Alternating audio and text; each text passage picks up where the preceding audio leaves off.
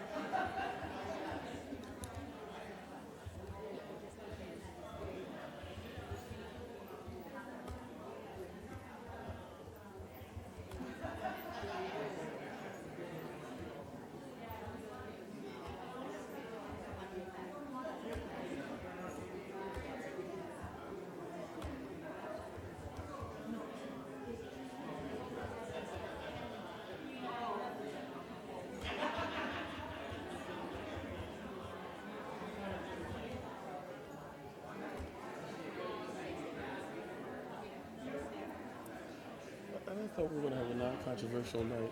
I know you think we were going to be done by 8, right? Yeah. I mean, I saw the 555 pages, but it was pretty much routine stuff.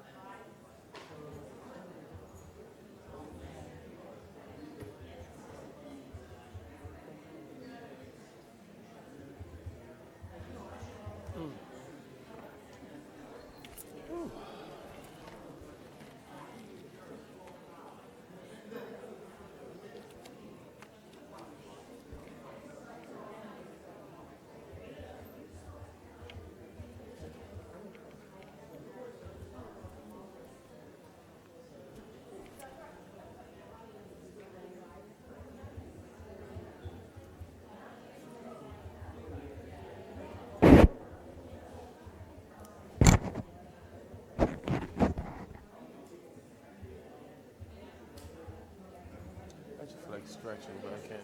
Do calisthenics up here. For you. I did have my coffee. That's why I was late. I actually stopped at Wawa. I said I got to get some coffee. I'm wishing that I had. Yeah. So I'm thinking, I think I'm going to need some caffeine. Yeah. And then there's this long line at Wawa. I'm like, oh my gosh, I got 10 minutes to get there. Good evening, everybody.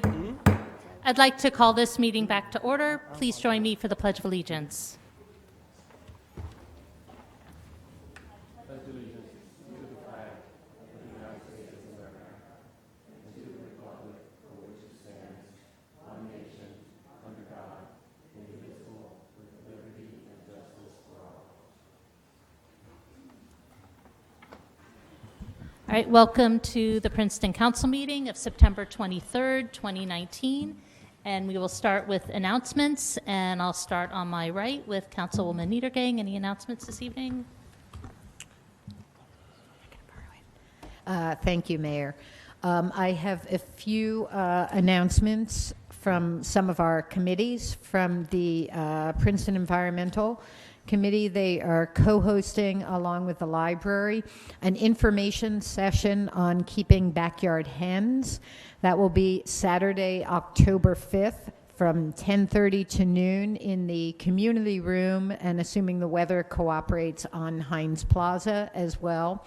So it'll be an opportunity to learn about raising backyard hens and meet some backyard hens in person. So please bring your little ones along or borrow some. From the health department, I've been asked to announce the next flu clinics. Thursday, October 3rd, in this building from 2 to 3 p.m. Saturday, October 5th, at the Public Library from 11 a.m. to 1 p.m. Tuesday, October 8th, at the Princeton Senior Resource Center from 1 to 6 p.m. If you have insurance, please bring that. If you don't have insurance, you can get a free flu shot. And just in brief, one of the motivations for doing this is to make sure that our restaurant workers and other people have direct contact with food but who may not have health insurance, that they get the vaccine to protect not only themselves but the whole community. Great, thank you. Mr. Cohen? Just one more brief announcement impacting or related to the Senior Resource Center. Their annual fall fundraiser is on Friday, October 25th. Capital Steps will be returning, so for those of you who have enjoyed them in the past, please come out and support PSRC. Mr. Miller? Yeah, I just wanted to remind people or tell people if they didn't know that on Monday, October 7th, the council's having a special meeting focusing on October 7th. It's not on October 7th, is it? Sorry, I thought we had, it's the 7th? October 7th for the special transportation meeting. Speeding, okay. Okay, oh, good. It is still October 7th. Okay. My calendar. Okay. So we're planning to have a special meeting by the council focusing on speeding. We're going to see some traffic data.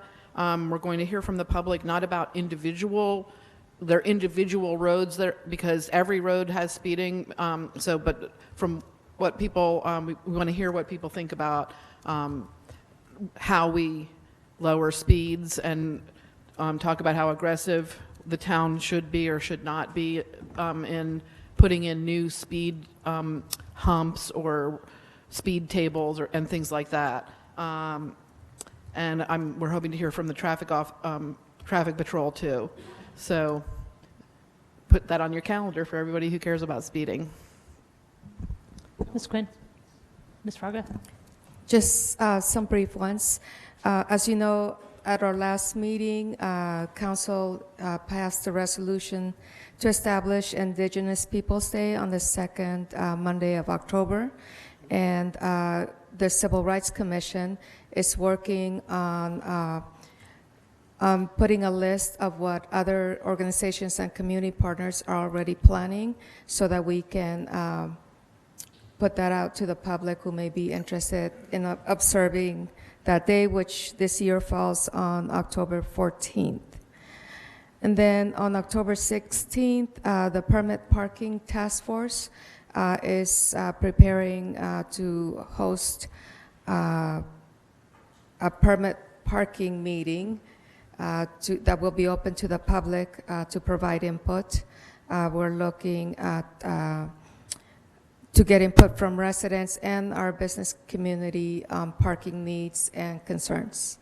More information will follow once, but it would be October 16th, 7 p.m. in this room, in the community room.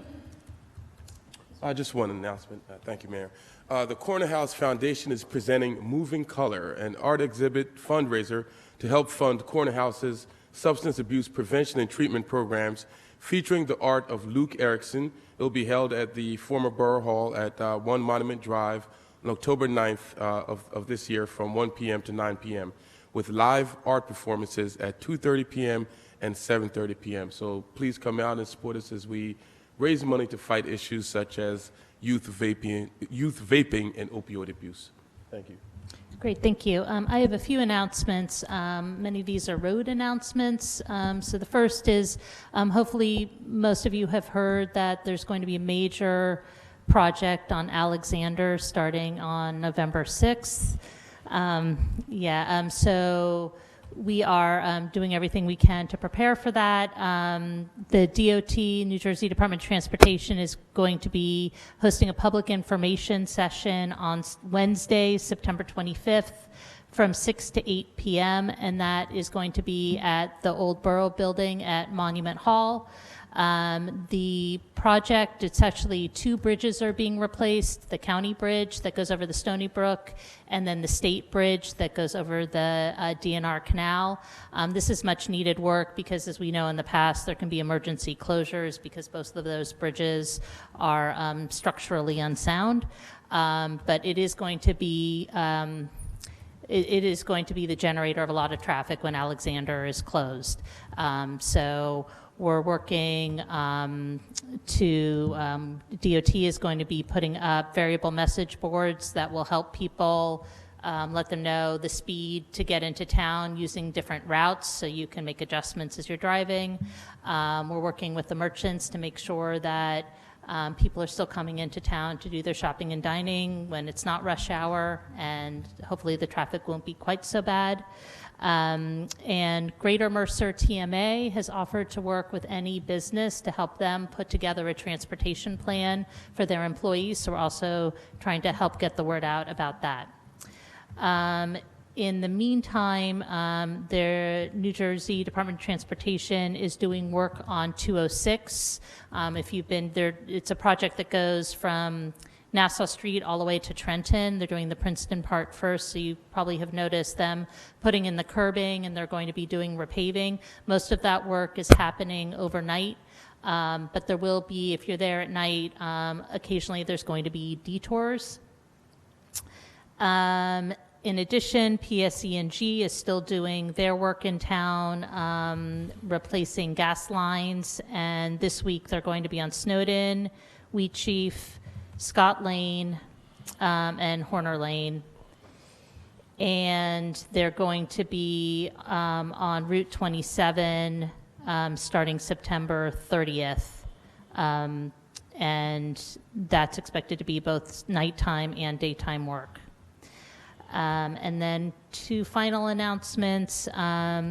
We are still in the process of offering times for people to come in. If you still have an old smart card, to get that balance transferred onto the parking app.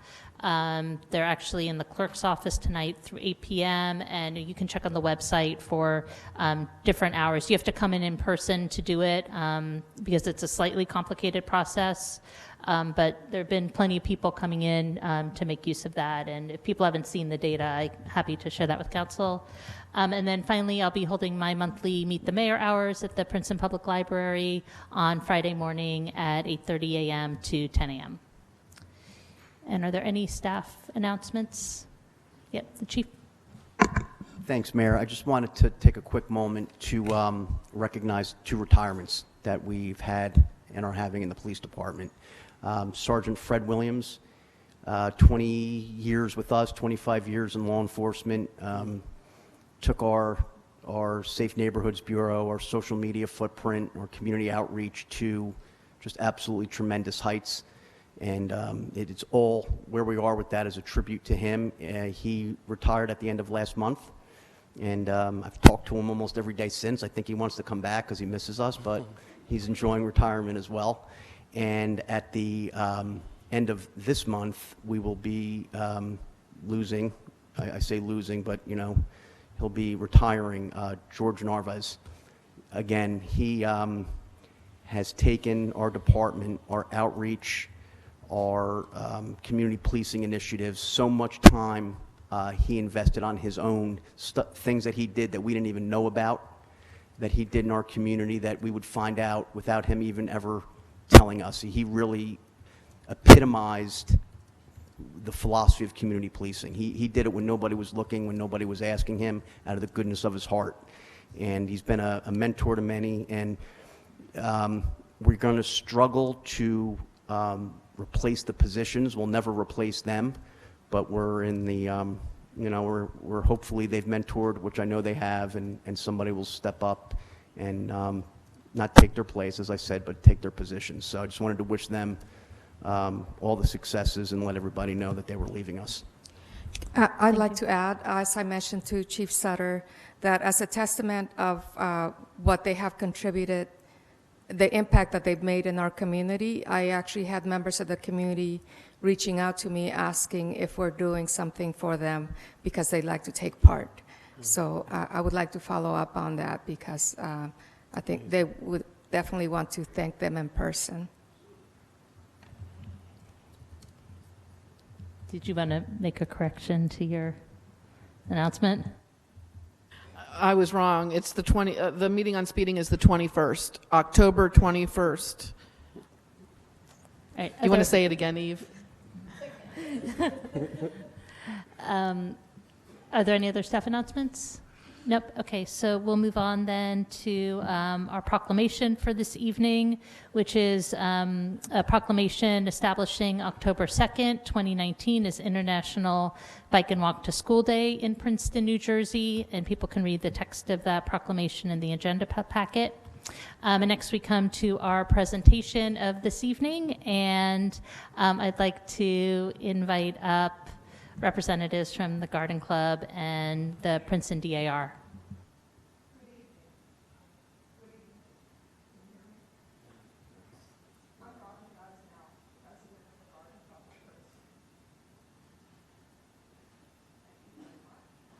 This is Rosemary Kelly, First Vice Regent of the Princeton chapter of the Daughters of the American Revolution. It is our privilege to join forces with Princeton University, represented tonight by Kirsten Applegate, and the town of Princeton to fund the restoration of the bench and steps at All Wars Memorial Park. This monument, located at the corners of Nassau and Mercer Streets, was erected in 1925 as a result of a community-wide fundraising effort, which included members of the Garden Club of Princeton and their spouses. It is fitting that the restoration of the monument is to be funded by a similar community collaboration. Mayor Lempert has described the monument as, quote, a small jewel at the gateway to Princeton, unquote. Thanks to the contributions made tonight, the jewel will continue to shine brightly in Princeton's future as a reminder of the sacrifices made by Princeton's sons and daughters to keep America free. On behalf of the Garden Club of Princeton, the Princeton chapter of the Daughters of the American Revolution, and Princeton University, I hereby deliver checks in the aggregate amount of $29,200 to be used to restore the monument at All Wars Memorial Park, pursuant to authorizing Resolution 19-245, passed on August 5th, 2019. Thank you to the town as well for your generous contribution. And just to add a little bit to that, because she has said most of it, I want to thank to everyone who contributed to this project, big and small. Thank the leaders of our civic and university for coming together with us and being community. And thank you for the memberships of all of our Garden Club and the Princeton Daughters of the Revolution. Thank you for stepping up and showing what community really looks like. Amen. And with that, And then we need the check. detail. Excellent. Before we come down and accept the check, I want to thank you on behalf of all of council for the work both of your organizations did in working together on this project, and to thank the Garden Club for making that spot so beautiful and all the work that you put into it. So we're really appreciative, and the community appreciates your work too. Thank you. Thank you. Okay. You've got the check. Good.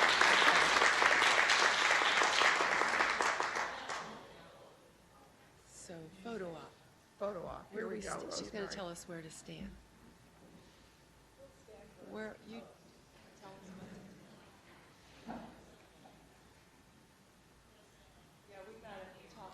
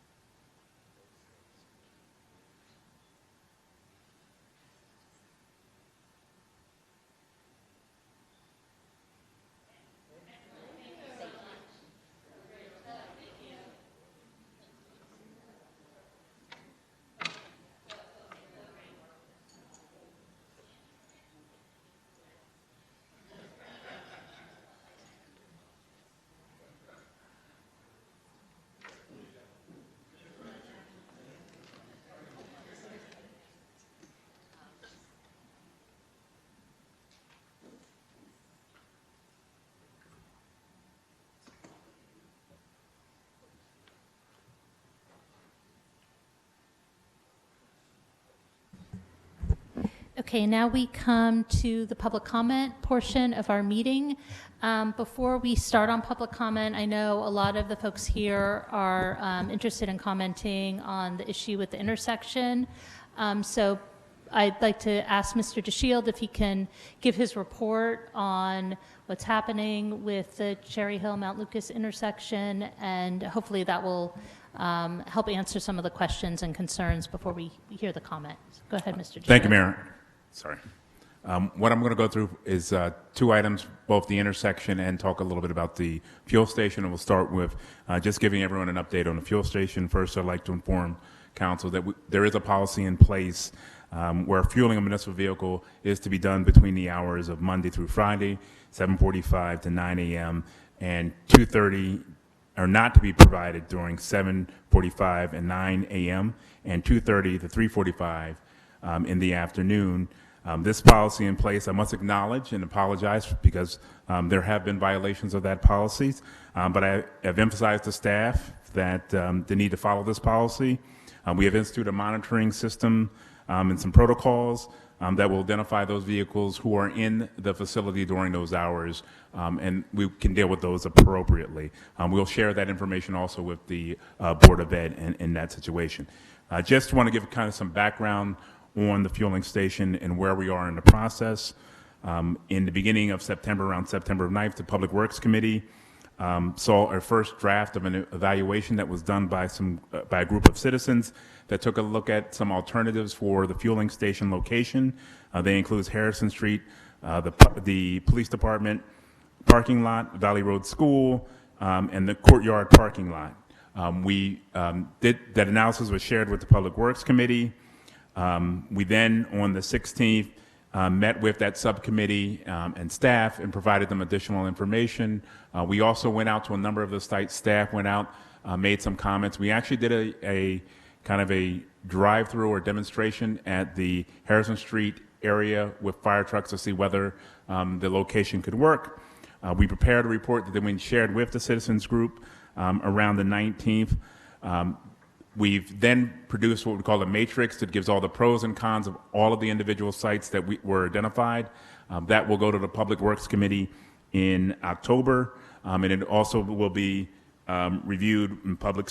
Then it will come back to Council for a recommendation and kind of actions moving forward. Now just a discussion in terms of the traffic improvements that are being proposed. As you know, there are three phases of the traffic improvements for the intersection. Phase one, which has already occurred, was the striping, which was completed back in April. However, there's one thing that we should deal with in terms of the striping, particularly the box, where you're supposed not to block the box. We do need an ordinance, and I would recommend that we put an ordinance together that we can allow us to enforce not blocking the box. We'll work with staff to have that presented to you guys for the next meeting. Phase two of that are the signal improvements. We sent a request to DOT in August, and that would allow us to gain 3 seconds on the green light. This was presented to Council back in July in terms of some of the alternatives. On the Cherry Hill Road, the request also includes the creation of 3 lanes, a straight, a left, and a right turn in the existing Cherry Hill westbound to 206. We spoke with DOT today, and they have tentatively approved this request. They have sent it over to their electrical division as a work order. We do not have the timing on that yet, but it seems to be moving forward in the DOT process. The next step in the process will be once those improvements are in place, we would then have our consultants go back out to do new traffic counts in the area. And once the traffic counts are complete, they will help us to determine if the signal at Valley Road and 206 will need to be fully operational signal or just an emergency signal. And then we'll have to get the appropriate agreements with NJDOT, and Council will approve that by resolution. The signal would then have to be designed, we'd have to do a public bid, and then it would be constructed. Other issues to also review with Council. There were a couple of things that we've been working on. One, there has been a permanent crossing guard posts at the location of Terhune and Mount Lucas. There's also some concerns about the lighting on the fuel station. We have at least taken initial steps to reduce the amount of lighting coming off of the fuel station. In addition, we are currently out to bid to replace the curbs and sidewalks on both sides of Mount Lucas from Valley to Cherry Hill. Those bids are due to be back October 1st. The plan is to have that awarded on October 14th.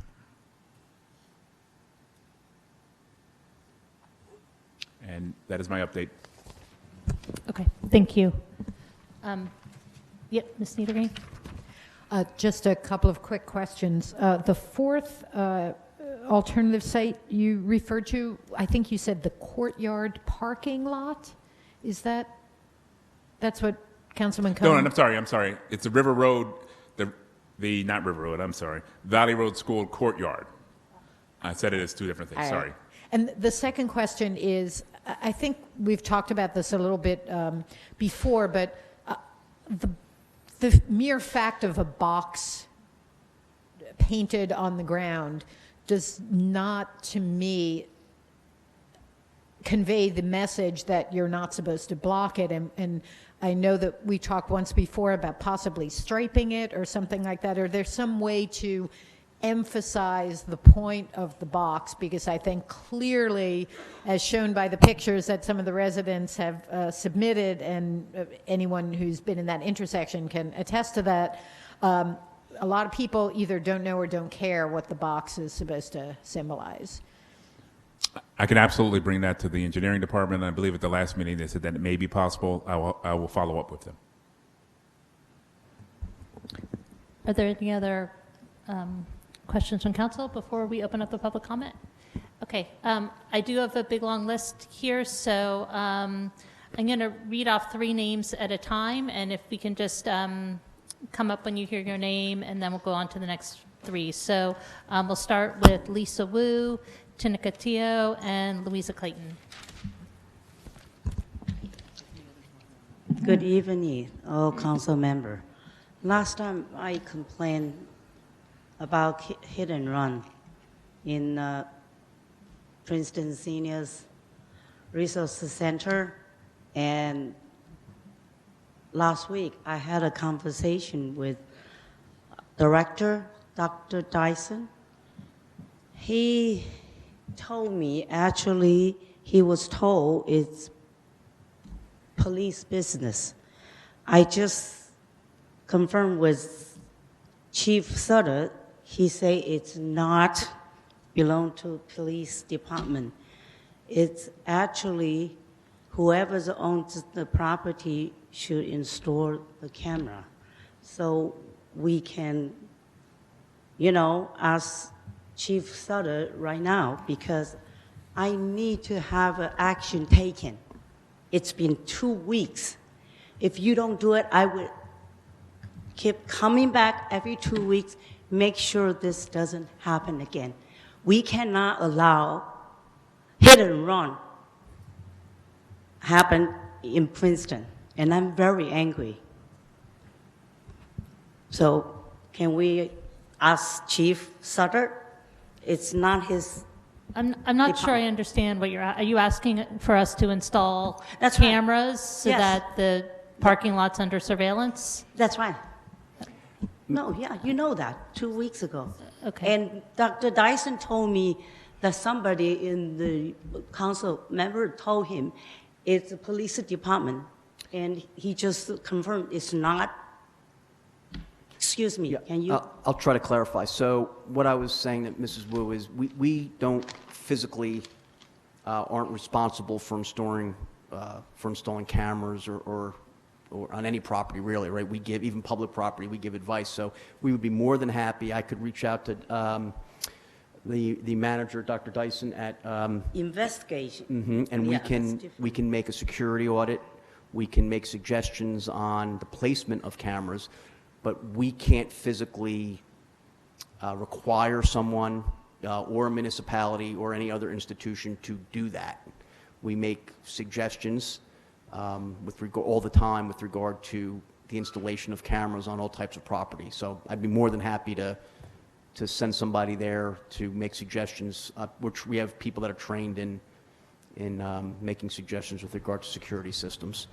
I mean, Ms. I don't know Carmella? But is it, I would think it would be more of a policy decision about, do we have 100% video coverage of our public parking lots? And I'm guessing that we don't. And so I think it's horrible that that happened to you, but I don't know that we would necessarily change our policy. I mean, that's because because I think parking lots are just places where people have bumps and scrapes all the time. Did you want to add something, Ms. Niedergang? Or? Yeah, again, Ms. Wu, I'm very sorry that this happened to you, but No, it's not me. It's my friend.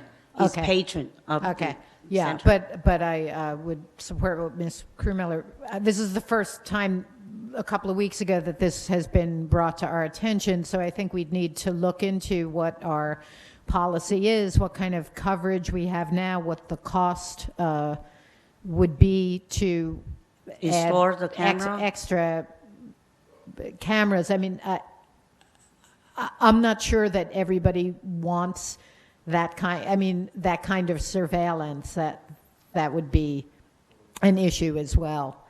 So Why not?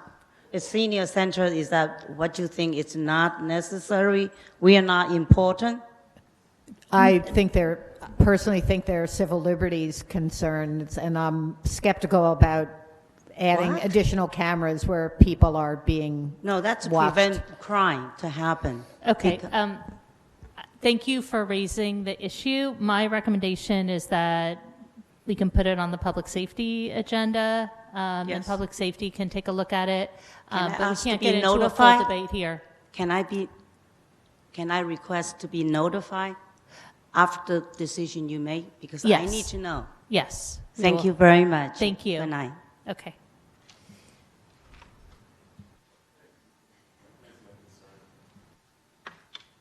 Yeah, if your name's been read, please come up to the microphone because we want to make sure we have time to hear we have about 24 people signed up to speak. Okay, thank you. I'm Tina Castillo, 79 Dempsey Avenue.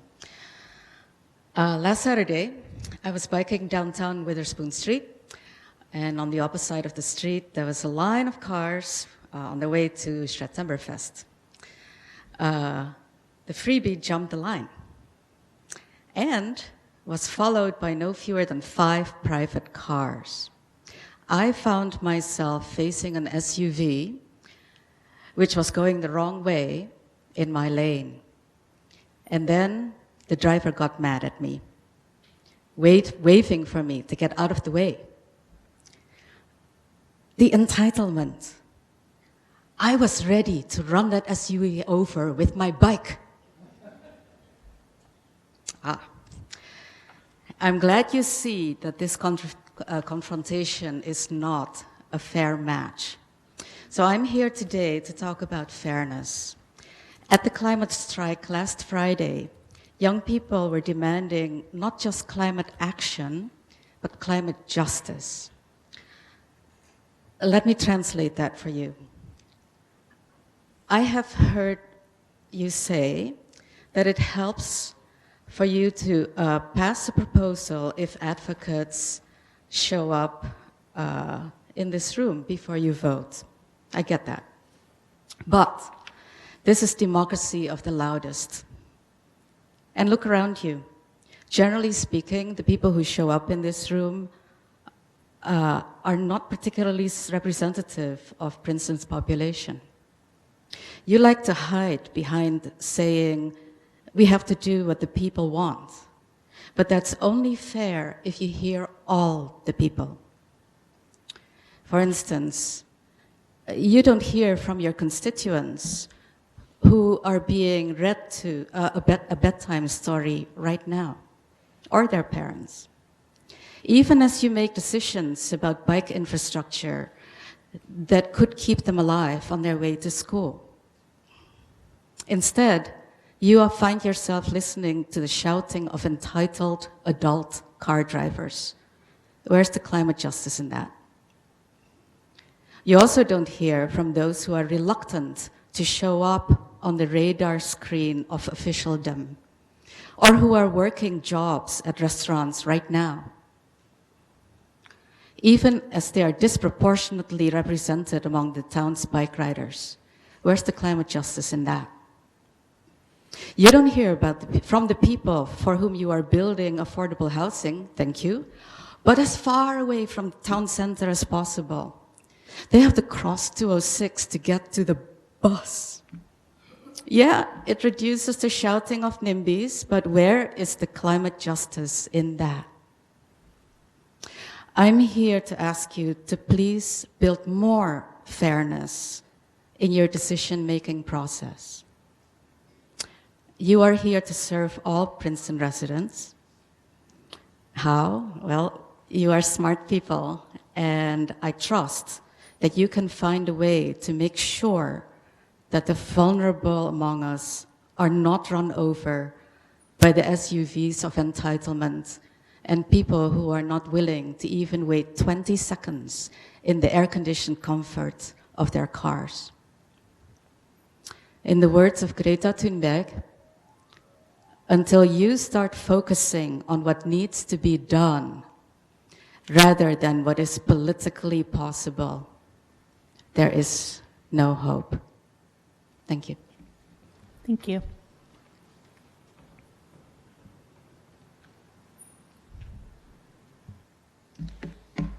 So I'd like to pick up a little bit on what Tineke just said.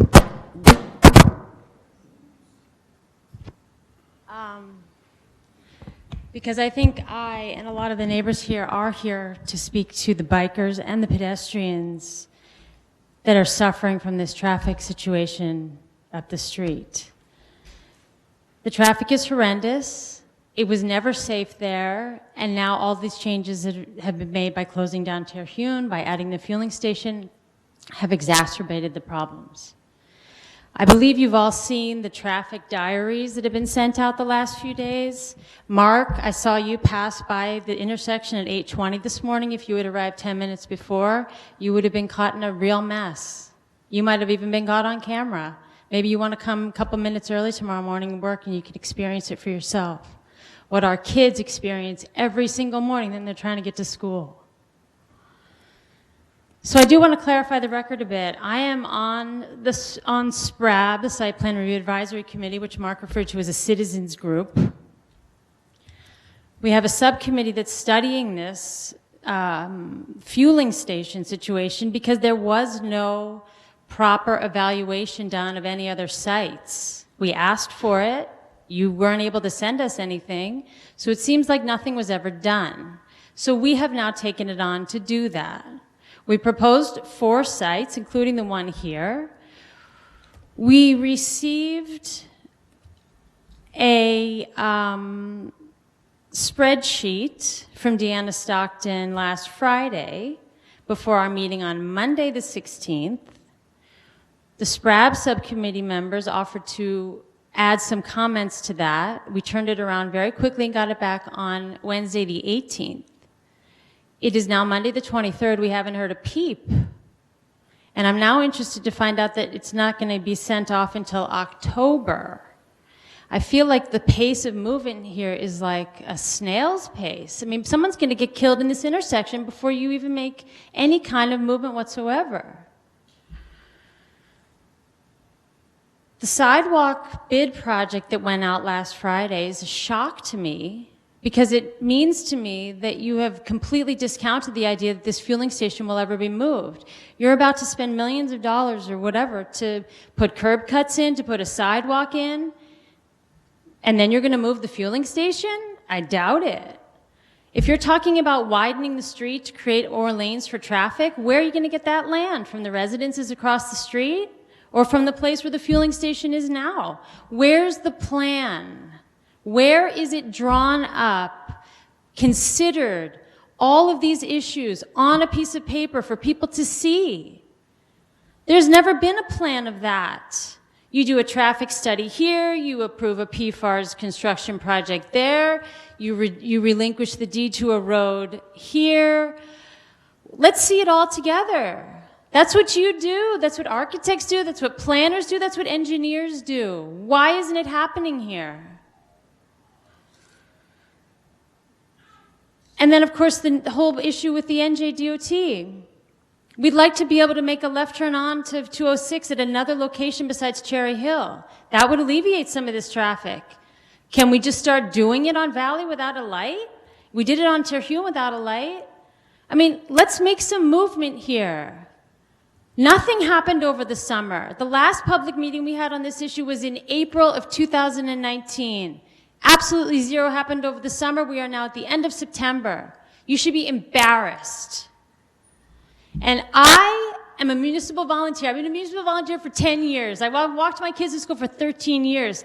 I care about this town, and I care about every single person who wants to get around this town, and it doesn't have to be in a car, but it doesn't seem that you do. And I have a lot of neighbors behind me who are going to speak to all their own experiences. It's shocking.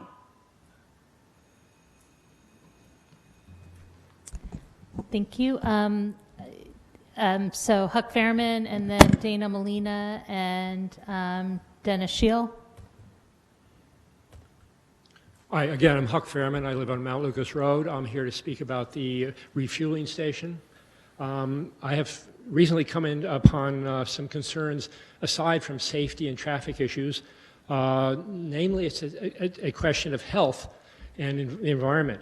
I was brought to the attention to two studies that looked on refueling station issues, one by Columbia University, one by the EPA. They both warned that refueling stations such as exists here can create all sorts of emissions from their exhaust system and also from the inevitable spills.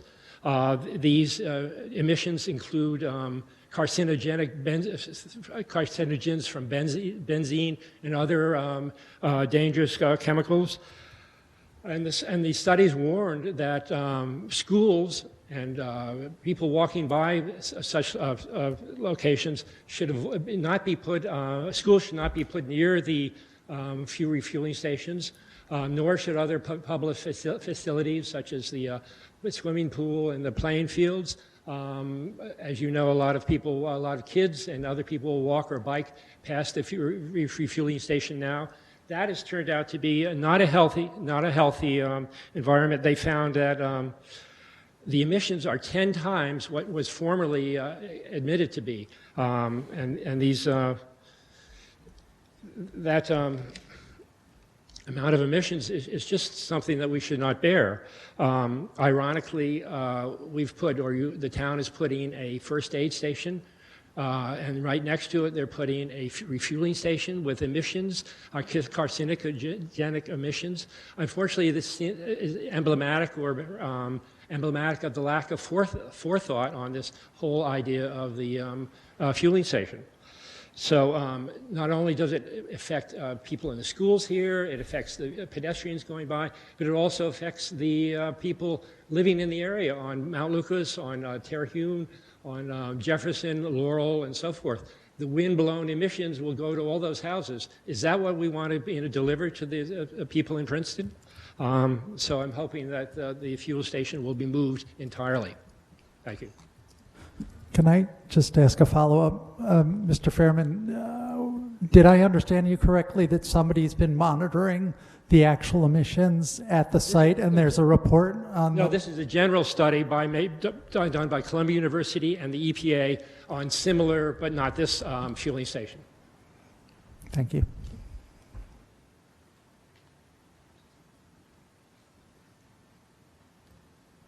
Hi, I'm Dana Molina at 57 Laurel Road. I've spoken on this issue before, and thank you for listening again.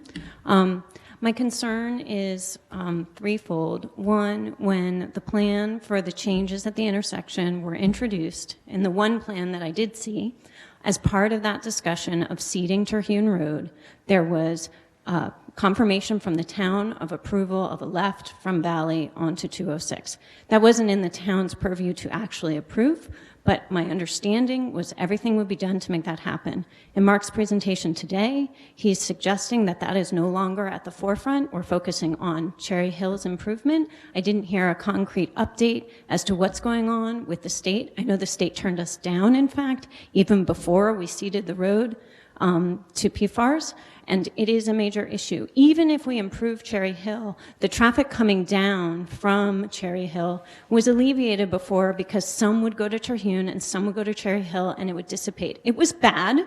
It is now much worse. If we could address people being able to go left onto Valley and left from Valley again, it would dramatically improve the situation we see at the Cherry Hill. So that's one. I don't see an update. We should have an update. It's been too long. It's been since 2014 that you guys were working on getting a left from Valley, and we should have updates regularly to the neighbors who care about it as to what's going on. It shouldn't take that long, and we want to support you, so please tell us how to help those conversations such that the state would approve it. We have a lot of strong lobbyists in our field that go to Trenton all the time on lobbying other issues. And again, there's so many bigger issues, so I am also sad that I'm here speaking about this. I would much rather talk about climate and how we could affect change. But with that said, there is still the issue as well with regards to traffic. The fueling station has introduced large vehicles that were not fueling at the small innocuous station before. 100%. I've lived here my whole life, and I know the school buses were not fueling at that station before, or at least never at 8 in the morning. I've walked that street, my kids to school for a long time. That small innocuous fueling station before was not fueling the school buses, was not fueling. I don't know where they were fueling. I've asked for that. I have not been informed. But now they are, and it's presenting a lot of additional traffic at a place that does not need it. We haven't even had PFARS open yet. That's going to produce additional traffic in this location. We need to be removing traffic from this location, not adding it. It is a problem for kids who bike, for people who bike. I've seen school buses backing out to then be able to come into the fueling station, causing chaos. I know that we want to enforce, but the reality is that people need to fuel when they need to fuel, and to say they can't do it in certain hours is probably a workflow issue for them. And we can't use our tax dollars to be enforcing something that is hard, clearly, to enforce. So why don't we put it at a location that would be better suited? There are 3 locations at least that the Site Plan Review Advisory Board, not a group of citizens, but a group that was appointed by the town, has made recommendations of, and they actually measured the backing and filling that would be needed. Unlike what was presented to us before, measurements were not done by the town administration. They have now been done. I would like you to listen to them. I would like you to please look at them and consider moving it from this location so that we can alleviate traffic as much as we can from a spot that's not perfect for it. One, again, is the school, where the school buses reside, is a possibility. And the last thing is just, I'm probably out of time. So I will just if you're not going to move it, possibly consider making it smaller then. Go back to the same innocuous tank it was before. Maybe that means splitting out the school buses to their own tank. That would seem silly to me, but maybe that's a better idea, so that it can be screened, not need such a huge canopy, not be as high, and be more appropriate. I don't think that's the best solution, but it certainly would be better than what we have now, because you've got a combination of taking away grassy area, making something paved that wasn't, in a town that prides itself on green space. There are paved areas already that are not right across from homes where you could properly light it and do what you need. So those are my suggestions. Thank you. Thank you. I just want to address one issue, just to clarify. Give me 1 second. Just wanted to clarify, in terms of the traffic, when I talked about traffic counts, part of the issue of needing traffic counts is to deal with the issue, because we are working with DOT on that left-hand signal, the left-hand turn on 206. It is something that is still part of what we're working with DOT. All right. Hi, I'm Dennis Scheil, 8 Turner Court. If you stand in my front yard on a clear day, you can look down and see the fueling station, which is not really something I enjoy seeing, but it's there. Somebody else mentioned the April 2019 meeting when Mayor Limpert, you were there, discussing to a bunch of irate people. There were a number of proposals made. One of them was to remove the canopy, which apparently was promised shortly thereafter. I still see a canopy there. Now, I'm hopeful the reason the canopy is there is because sooner or later that whole thing is going to get removed. But I'm an optimist, and sometimes I get really disappointed. The fueling station, as it stands right now, the canopy is hideous. The fueling station is in the wrong place. And seriously, if you lived across the street, would you want that unkempt, weedy, overgrown mess sitting right outside your front window or side yard or whatever? The whole site looks horrendous. Nobody has done anything about it. In fact, basically since April, it looks like it's just been left. I don't know who's supposed to maintain it. I know it's a construction site, but just looking at overgrown weeds and a lot of some of the fencing and all the other stuff, it's just ridiculous. I'm glad to hear that there's being an attempt made to stop use of the fuel station at the wrong hours. That was promised that something would be done in April. 5 months later, it sounds as if maybe the wheels of progress are slowly turning. But why is it taking so long? I mean, taking down the canopy is going to require some effort. Stopping people from using the fueling station is actually should be a fairly simple task to accomplish. I can't imagine why it hasn't been done yet. The traffic has gotten worse by the day. And seriously, closing off that section, deeding that back to the rescue squad, I love having the ambulance nearby. You know, if I keel over with a heart attack, I'd like to have them right down the block. It's wonderful. But why do we have to now close off that piece? Because that one closure has caused the entire backup situation. And you don't have to be a genius to realize that, because once it was closed, people started to complain. It was a horrible intersection before, but it's now beyond horrible. If people weren't driving so slowly through that area, because you have to with all the closeness of the intersections and the streets, there would have been a fatality by now. Fortunately, it's congested enough so even crazy drivers have to slow down a little bit. Something has to be done. I don't know. I can't believe that there was no thought given. There are obviously no traffic studies done to show what the impact would have been. Nothing. What kind of planning is this? Oh, as for the left turn on Valley Road, I suggest we get the contractor who's doing the illegal dumping over at the sewer treatment plant to come in the middle of the night, drag away those concrete curbs, and cut down the signs that say no left turn with a Sawzall or something. Get that situation fixed. Someone is going to get hurt. My biggest fear is it's going to be a young school child, because of the number of children who walk on that way to go to Community Park. And if you're up on the Mount Lucas area, you're going to also walk that way to go to, John Witherspoon, presumably. Something needs to be done quickly. The timing here, nothing is being done. It's lying there like an eyesore on town. People who come to visit, if they're coming off of 206 North, they're going, what the heck is that down at the bottom of the hill? It's horrible. Somebody needs to take this as an urgent action item. Get this fueling station cleaned up, hopefully removed, follow some of the recommendations that were made by the Citizens Committee, and find a better location, one that isn't going to exacerbate what's now been turned into a real mess. And maybe talk to the First Aid Rescue Squad folks and ask them, can we deed this thing back? Something must be done, and soon. Don't just sit and wait, because someone will die, guaranteed. So, I've said my piece. Thank you.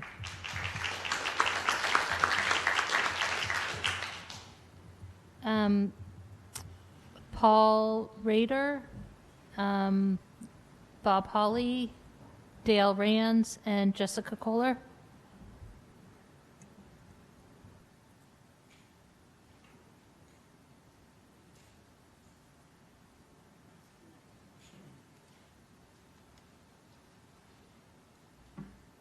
I'm Paul Rader, and this is my partner, Bob Holly. We live at 32 Kyler Road. We really Can you just weren't- get a little closer to the Oh, microphone? We really weren't prepared to say anything, but just a couple comments. One is I made the mistake of going down Mount Lucas here. Honestly, we never go that way anymore when driving towards this building. There were 12 cars that were zooming up Witherspoon to make the turn. Very simple thing that could be done there. I know the block the box idea, that's one, but put a sign to say, don't block the box. But if go even further, this could be done tomorrow. Make it a three-way stops corner. Why not? You can just put the stop signs there. Then both coming up Witherspoon or going down Mount Lucas, there would be one after the other taking their turn. There's plenty of places in Princeton where you have that, and it's a no-brainer. The other issue on this canopy, Liz, I believe you promised us 2 or 3 weeks after the meeting we had in April, 5 months ago, that the canopy was going to go. Why is it still there? It is ugly. When I just heard this wonderful thing about the entry level, or the entry that the DAR is doing, that's the jewel. This is a piece of you-know-what at that canopy. Get rid of it and then move the whole thing away. Bob? Yeah, I just want to add to what people before us have said. I think it's incredible that this organization, this government we apparently have, can't get anything done. It's been 5 months since that meeting. It's been a long time since the big mistakes were made, and you can't seem to do anything. At that meeting, a lot was blamed on the DOT of New Jersey. We can't do this because they won't let us. How long have you been working on this? 5 years? That's not reasonable. And so that's all I have to say. Thank you. I'm just going to add something, and I never thought I would have to say that. You are all public servants. Please start serving the public.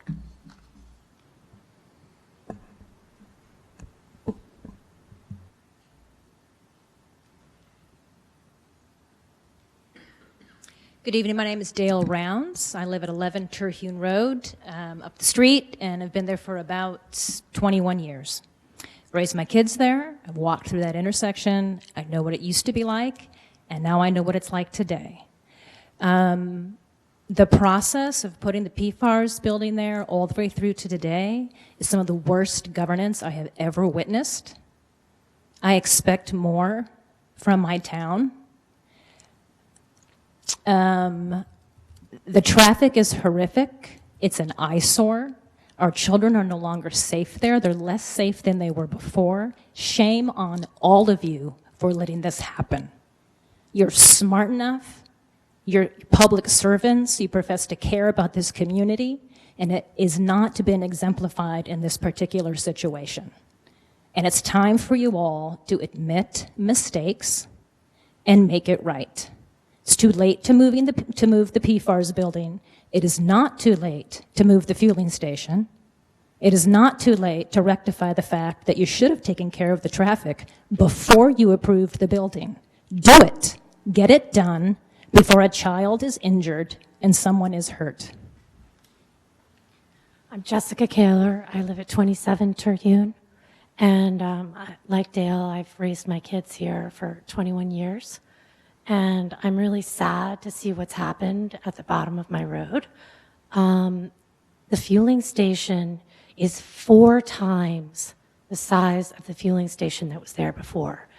And even though it was said it was just going to be moved, a couple feet over, it is now a monstrosity. It has a huge canopy over it, of which lights beam out in the middle of the night when they pull up to fuel.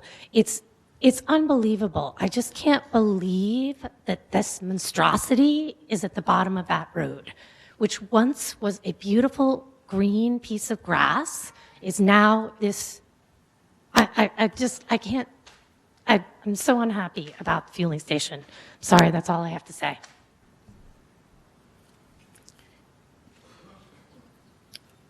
Next is Sonia Lips, Christine Brown, and Lindsay Casto, sorry. Hi, I'm Sonia Lips. I live at 451 Cherry Hill Road.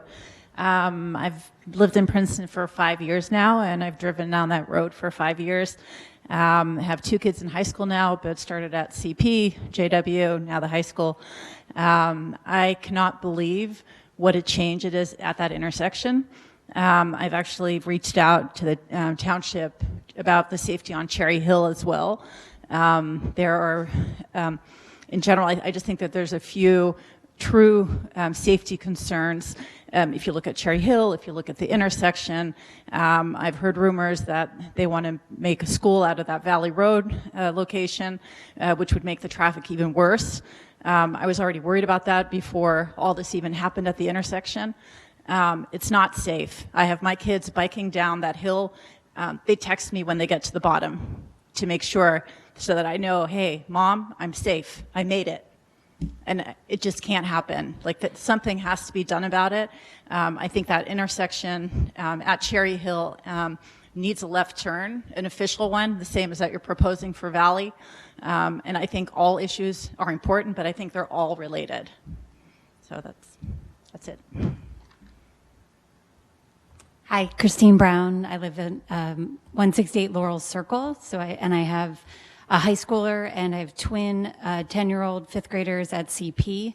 And I drive them to school every day because the route that they have to take to come down Laurel Road, cross Mount Lucas, and then come down that very narrow sidewalk with overgrown hedges, you're already talking, you have to walk in a single file line down that sidewalk. And then when you hit Terhune, that total blind turn where every single car pulls up into that crosswalk without stopping because they, honestly, if you're a driver, you don't have a choice because you have to be able to look around that corner. I get shocked that even before the fueling station that somebody hasn't gotten hit in that corner. But now with all of the traffic, it's gotten even worse. I would like to actually challenge each and every one of you to walk from around 8:05 to 8:15 down Mount Lucas from actually where Lindsay Casto lives, across Mount Lucas, because that's also dodgy, pretty dodgy with traffic, getting across that crosswalk because nobody stops at Laurel Road and Mount Lucas. Cross that crosswalk, walk down Mount Lucas along that very narrow sidewalk, and then try to cross Terhune without getting your toe run over as you inch forward. And yes, there's been a crossing guard inconsistently. I actually was in the middle of Terhune and I realized, oh my gosh, there's no crossing guard here. And then the cop got out of the car and came over once we were already in the middle of the crosswalk. That's when I stopped letting my kids walk to school, and then finally safely got them to school. But it is a matter of time until somebody gets hit in that intersection, and it will be on everybody on that panel if somebody gets hurt. My name is Lindsay Casto. I'm at 12 Laurel Road. Thank you for hearing us this evening. I'm here to support my neighbors because this is a huge issue that has really impacted our neighborhood, and the safety of our children is at stake. So I want to go on the record publicly, and I've said it for years, and it's just gotten worse. I want to say publicly, this is out there. Someone is going to get hurt, and I'm imploring you to do your job and to protect our kids. We're thankful for the crossing guard who's now at Terhune, but as Chrissy said, the crossing guard has to take the job very seriously because people zoom down Terhune because the crosswalk is too far. They're already halfway through the crosswalk when you're already crossing. I've kicked many cars at 7:55 to let them know that we're there. So please take us seriously because we know that you don't want anyone to die, but this is going to be on you when someone gets hurt.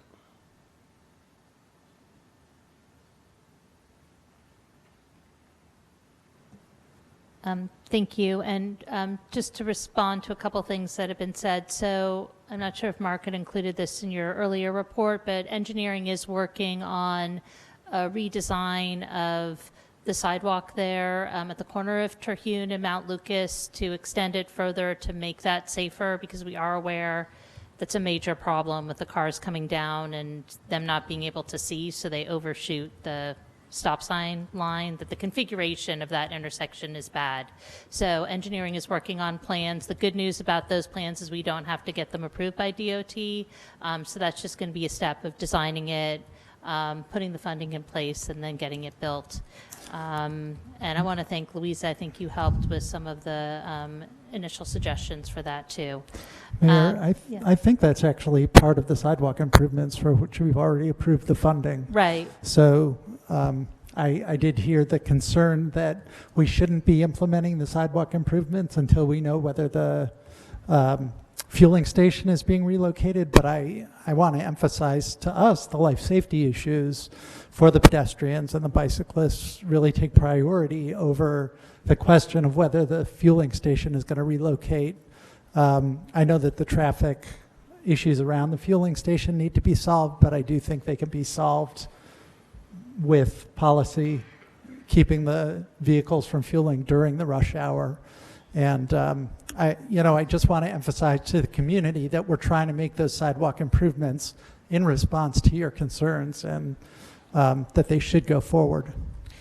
And just to add to that, I know there was a back and forth email with some of the neighbors and Deanna Stockton, the engineer, about the curbing work in particular, and that oftentimes we'll have a plan where if you're into the project and if the fueling station does get moved to a different location, the curbing, that's a minor piece of that project. And so you can always make changes to something that's small, even after the contract's been awarded. So that's not unheard of in things that we've done before.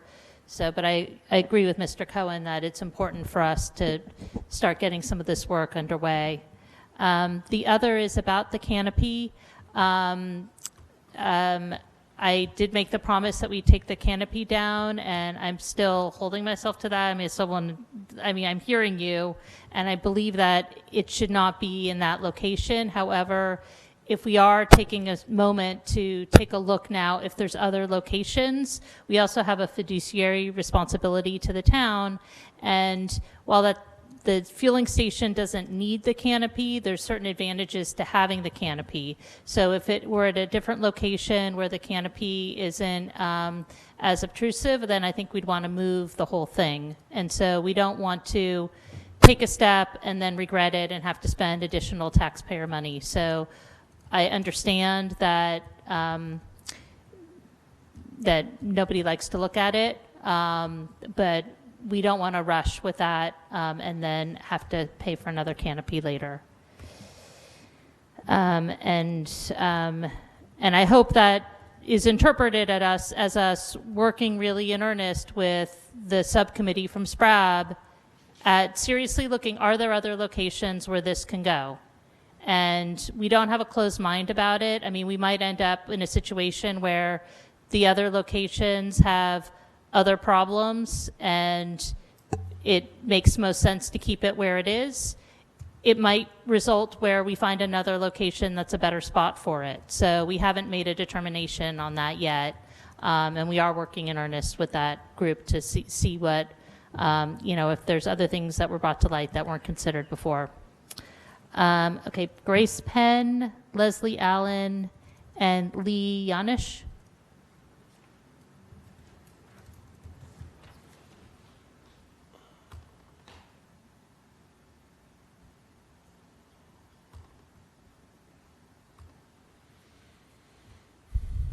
Hi, my name is Grace Penn. I live on 90 Dempsey Avenue, and I want to thank you for listening to us, and I want to thank the group of citizens who have diligently made us aware of exactly what's happening behind the scenes on this issue.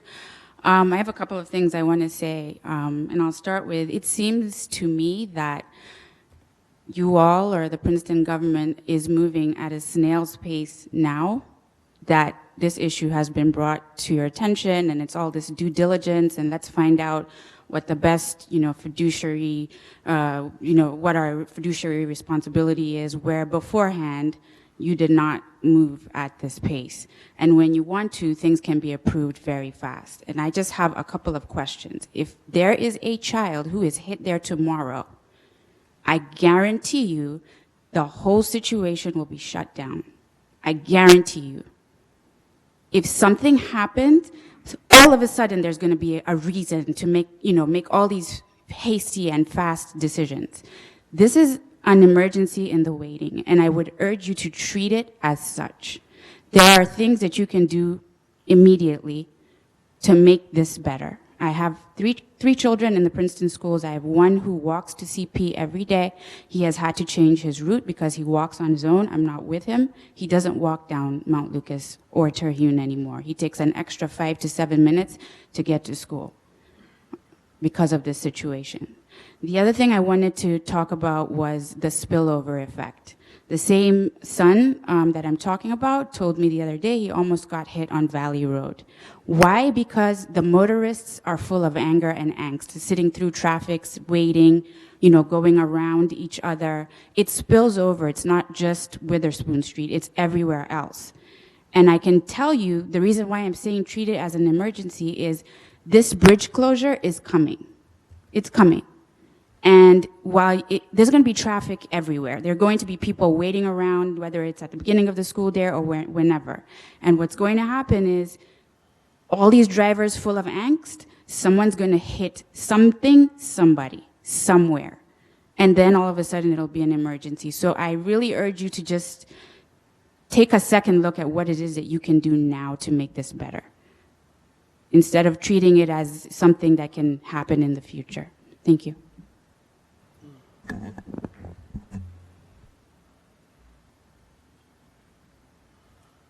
Hi, I'm Leslie Allen. I live at 18 Turner Court. I've been there about 25 years. My daughter went through the school system and is gone now. I run every day, walk to work every day through this area. Besides the chaos that you've created, the traffic is just increased dramatically with the population increase. I invite all of you to come down to this area we're talking about. It's really frightening. Thank you.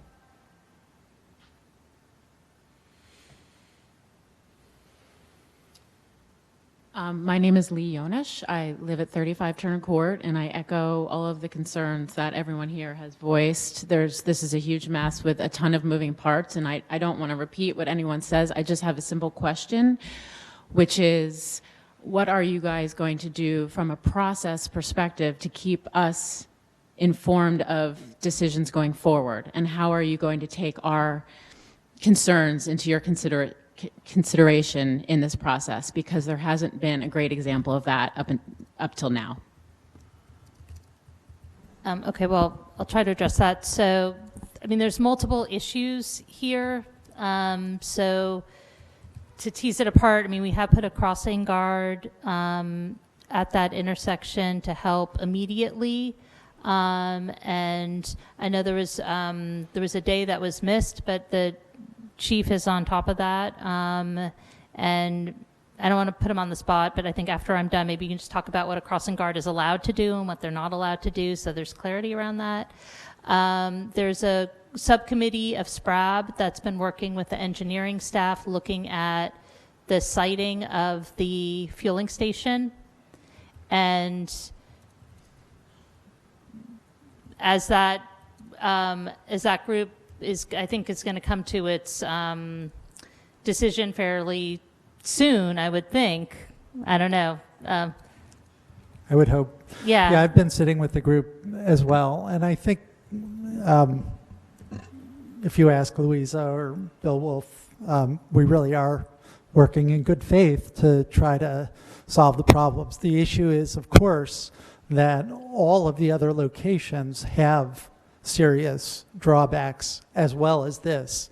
My comment at the last meeting was, for instance, the Harrison Street Firehouse, which seems to be probably the most promising other location, while it has a better geometry than this location because of the 5 roads coming in close together, the traffic is significantly, there's more volume on Harrison Street all day long. And so we're trying to, weigh those issues. There's a lot of pedestrian and bicycle traffic there as well. So these same kinds of safety issues that we're experiencing here, we're experiencing there. And I think we're trying to develop consensus between the engineers and designers who are in the room there. to get the best solution, none of which will satisfy everybody. But I would say in terms of communication, I've been receiving emails, especially over the last few days, with about 45 people on them. And so I'm assuming that's the neighborhood email list. So we will certainly use that listserv to get the word out if we're having a meeting that council's making a decision about. And if you have other suggestions for better ways for us to get in touch with you, we're happy to do that. I mean, there's the more short-term decisions, which are the location of the fueling station is the prime one.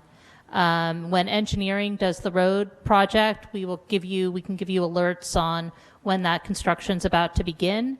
In terms of our conversations with DOT, happy to give you updates when there are that. When we have the traffic study that's launched, we typically will get a report here to council.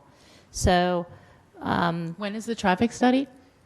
The traffic, remind me when the traffic study is, Mr. Shield?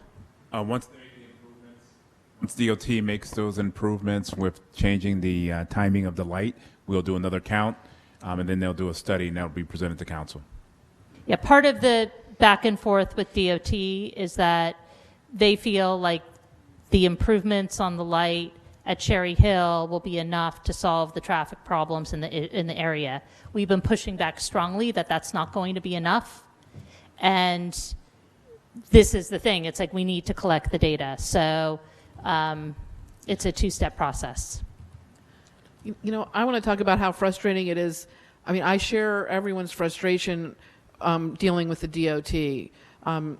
Everything takes a long time, and they require studies, official studies, and data for every decision they make. And we have been trying. I haven't been at the meetings, but I think the staff and the mayor have been at the meetings, and we really are doing what we can. We can tell you what they tell us, even though we're pushing back against it.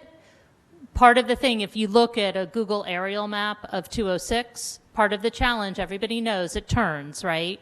And so there's sight distance concerns, and even just moving it from Terhune to Valley, you're closer to where there's a curvature of the road, and so that's why DOT is concerned. But I would like to take, I don't know if it was Louisa or somebody else who said, we want to help, maybe it was Dana, that we have connections. And, in fairness to DOT, I think a lot of these decisions are not political. I think they really are based on, they want to make sure the traffic modeling is there, and they're concerned about safety too.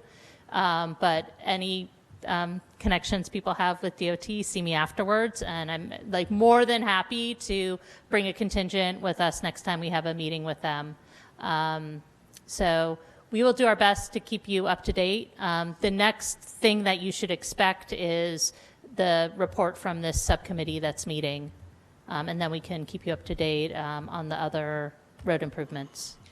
Thanks, and I hope that this mess has helped shed light on how future processes should go for other projects. Thanks. Thank you. I just want to jump in quickly and just say that I'm on the subcommittee for SPRAD. This is Louisa Clayton, 93 Mount Lucas Road. And the ball's in your court. We sent our response back last Wednesday. So the ball's in your court now, not ours. We're happy to meet again anytime. Just let us know when you're ready. You bet. Okay, Robert Woodfolk, Jennifer Deming, Sophia Balasiri, and Vladimir Visnik.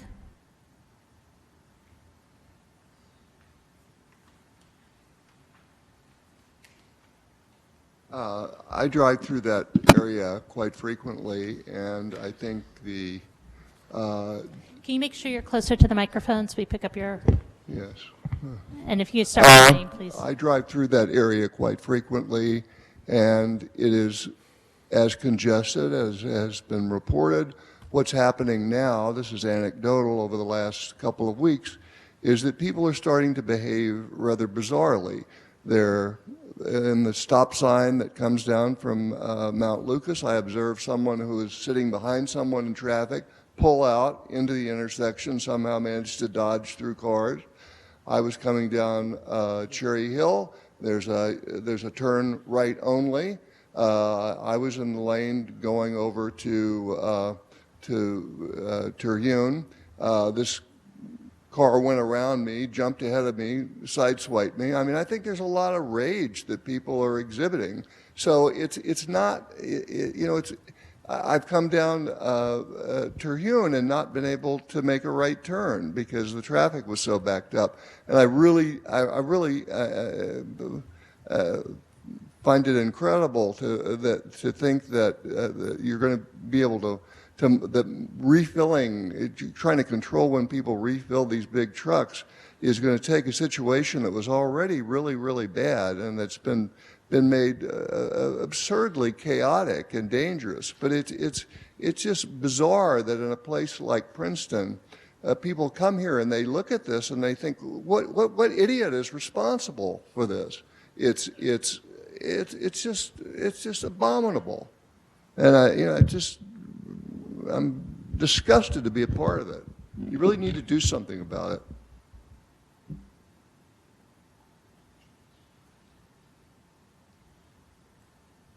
Hi, I'm Jennifer Deming. I live at 917 Stewart Road up Cherry Hill, and that intersection I have to go through about 3, 4, 5, 6 times a day because it's my route into Princeton.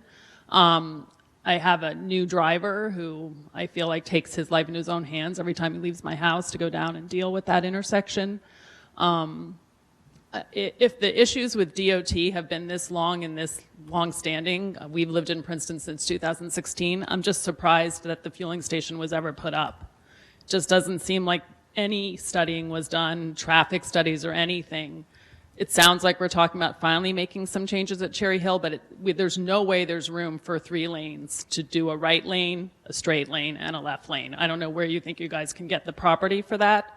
It seems to me that there should be a left turn only lane and a straight and right turn. I think that's a quick fix right now because sometimes we're sitting through 5 lights on Cherry Hill before we can even get through that intersection. So I'll tell you to speak to everybody else. People are hot, they're mad, they're late. I mean, that's the bottom line. That's what's going on there. You have to do something with it now, and you can easily change those 2 lanes to a straight and a right, and 1 left only. And then you've also, on top of people going into the fueling stations at the wrong times, I was backed into the intersection with the light turning red because there was a construction truck at Valley Road and Witherspoon, 7:45 in the morning, had the traffic at a standstill doing something on the new building. I mean, that's ridiculous. That's really ridiculous, dangerous. I had to scoot around someone to get out of the road so that the people on 206 could go. I mean, there's just no reason. It's an eyesore. That's an entrance into Princeton. It looks awful. I don't know what you have to, every other site you're telling me has more drawbacks than this one. I can't imagine. I can't even imagine that. I hope you guys will do something and at least maybe make the left turn only and the right and straight now, because you could easily do that right now. You know, I just want to respond to that about doing the turn lane. It does, I agree with you that I think we all think that's going to help, but that is one of the things the DOT will not let us do without the traffic study. But I think that's what we're hoping. They won't let us to make any changes to that intersection because it touches the state road. So then why was everything done if you didn't have the approval of DOT? Why do you have it there? Why did we get here? Why did we get here? That should have been done before the filling station was moved. No planning. Gave up a left turn and didn't keep to. You gave up a whole street.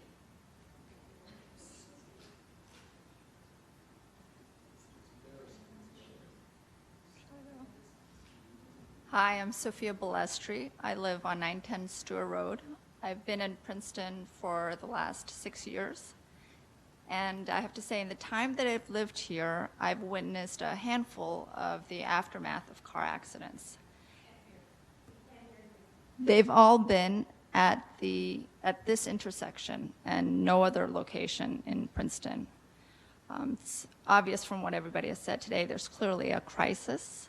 My request to the council would be that whatever solution that we come up with, that it improves on what we had before. The status quo, even before this, was not acceptable. I wouldn't have let my family walk across on that intersection. We only drive it. Thank you.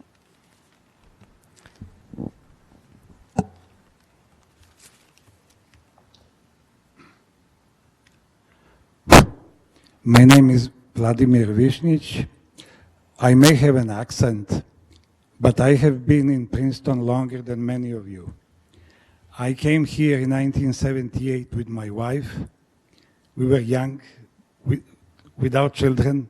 We raised 2 children here, and my daughter is here with her child. So I have 2 grandchildren now here, okay? A lady who spoke first said how beautiful Princeton is when you drive from the south. You see the monument, and it's really enchanting.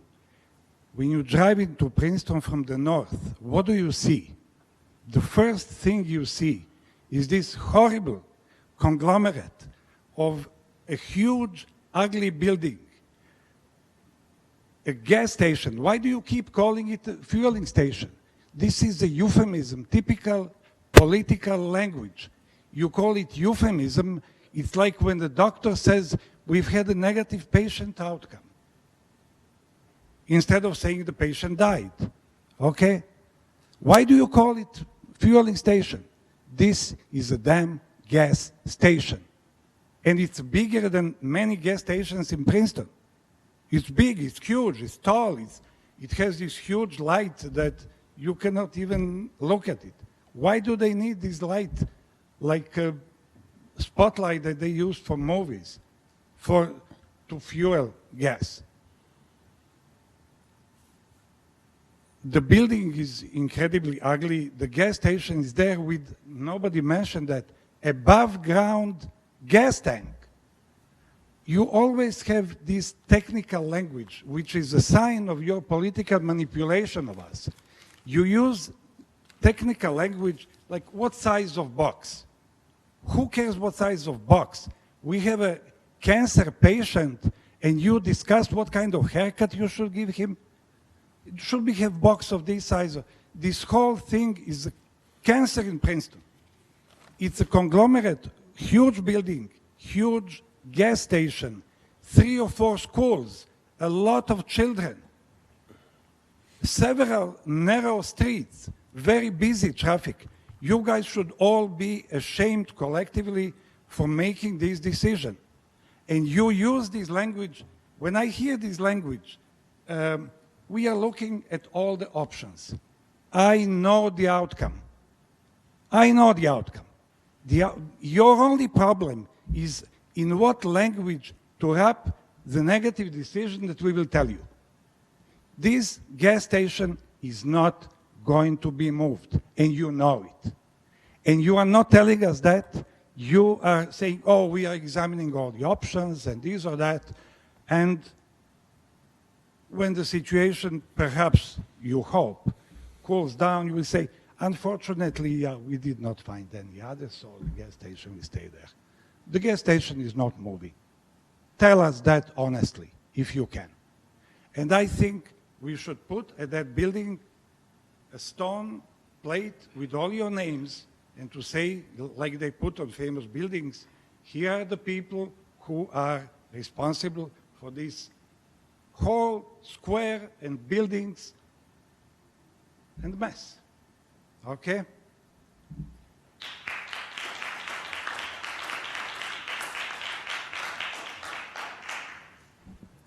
Is there anybody else who'd like to speak as part of public comment? Please come up.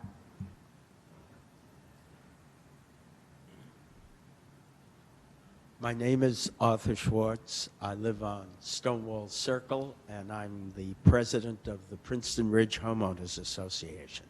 And I promise to be gentle. Our concern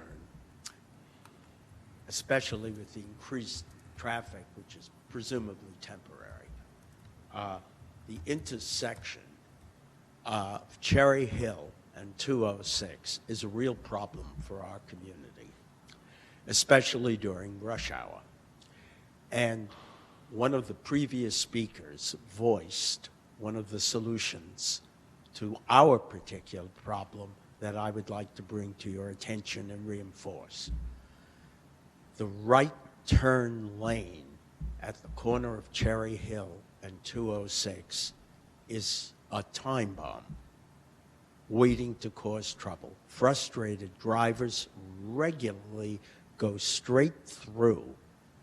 Now, the problem is that the people in the left lane, that's the straight lane and the left turn lane. So they're sitting there, and they can't, the straight people can't get there. Most of the people who go straight turn right because that's the path to the university. Almost no one turns left at the top of at Mount Lucas. Sometimes it happens, but most of the times it doesn't. People can easily get blindsided. One person said he was just sideswiped. It's really dangerous. Something needs to be done, even without the state, to prevent people using that right lane to go straight because they're going to turn left on Mount Lucas and onto Witherspoon. Because most of the people who obey the law, you're not looking to your right. There should be nothing there. And that's a real problem. The other thing at that intersection, which has been there as long as I have been here, which is 22 years, there is no turn on red sign. I don't know if that's good or bad, but I do know that since a right turn is legal there, during the foliage season, on the left, the bushes completely obscure the vision of anyone turning right. That also is a time bomb waiting to cause a problem. Thank you. Thank you. Is there anybody else who'd like to speak as part of public comment? Yeah, my name is Steve Browns. I live at the corner of Terhune and Mount Lucas. Sorry. Let it be stated for the record that you have all been warned as to what can happen. You've dragged your feet. It's been 5 months. This is really embarrassing. It's incompetence. Let it be known that on my property, when a child is hit or gets hurt, I will personally post on my property the list of all your names as being partially responsible for that injury. Please make that noted in any record. Your names will appear.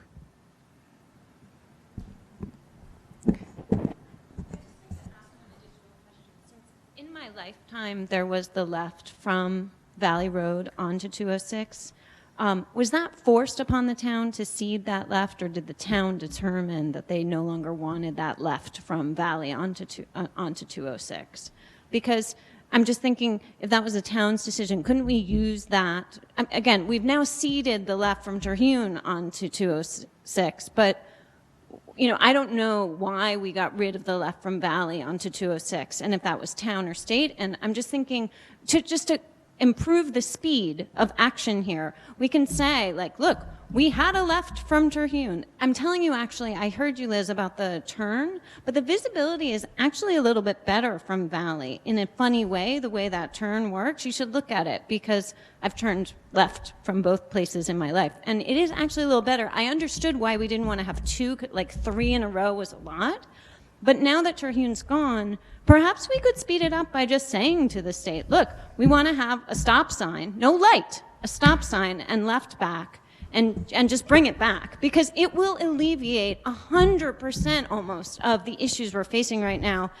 And I'm concerned about the notion of the straight left and right, because that means you're going to take some of the island away and more of the green space that you left. And there are trees in that part. So I don't know how otherwise you're going to get a straight left and right. And so I just put that out there. The other thing I wanted to put out is around fuel. If there really aren't other good locations, we have, I think, still 3 major gas stations in town, and I know other municipalities do a card system. Like, why not talk to Mark Tomasi and talk there? All long-standing residents do. There's one gas station that's almost as like convenient as the fueling station. So that have, maybe the town could look at that. If there really isn't another good location, why don't we work with the gas stations in town and have a card system and fuel there and River Road, which you already have, but at least spread it out, and then you're not conglomerating it all in one spot. And maybe the school district has to do something different for their buses. I don't know. But my point is, like, just putting a huge tank, again, it's 4 times the size. Like, it's not the innocuous tank, and I'm telling you, different vehicles and more vehicles fuel there now than before, and it's exacerbating the problem. So anyway, that's my... Okay, thank you for those constructive suggestions. We did ask the state for that left turn without a light. Did you want to add to that, the chief? It's my understanding, in talking to our traffic safety officer, just addressing the left turn from Valley. I don't know whether it was the state or us that had it removed at the time, but it was due to severe or semi-serious traffic accidents there due to the sightline issue with the bend in the road coming what would be northbound from True West on 206. And it was determined that left turn didn't always give a person enough time to react to vehicles traveling northbound due to the sightline issue on the curve. That's my knowledge. It was done prior, I believe, to consolidation even, but that's from talking to the traffic safety officer. That was the reason. Okay, thank you.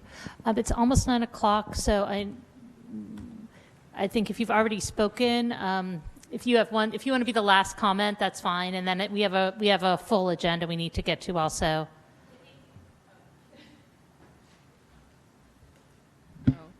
Hi, my name is Gail Lambert, and I'm at 58 Valley Road.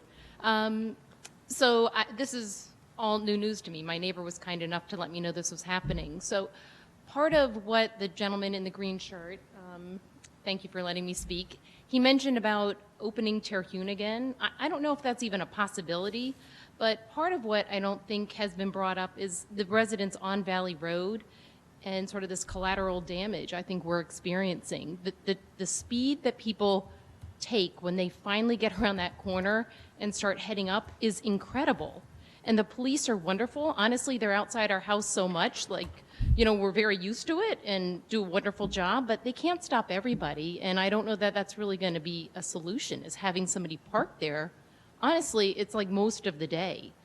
But there are days that I can't get out of my driveway to even make a left. Thank God my 11th grader at the high school is excited to walk to school this year.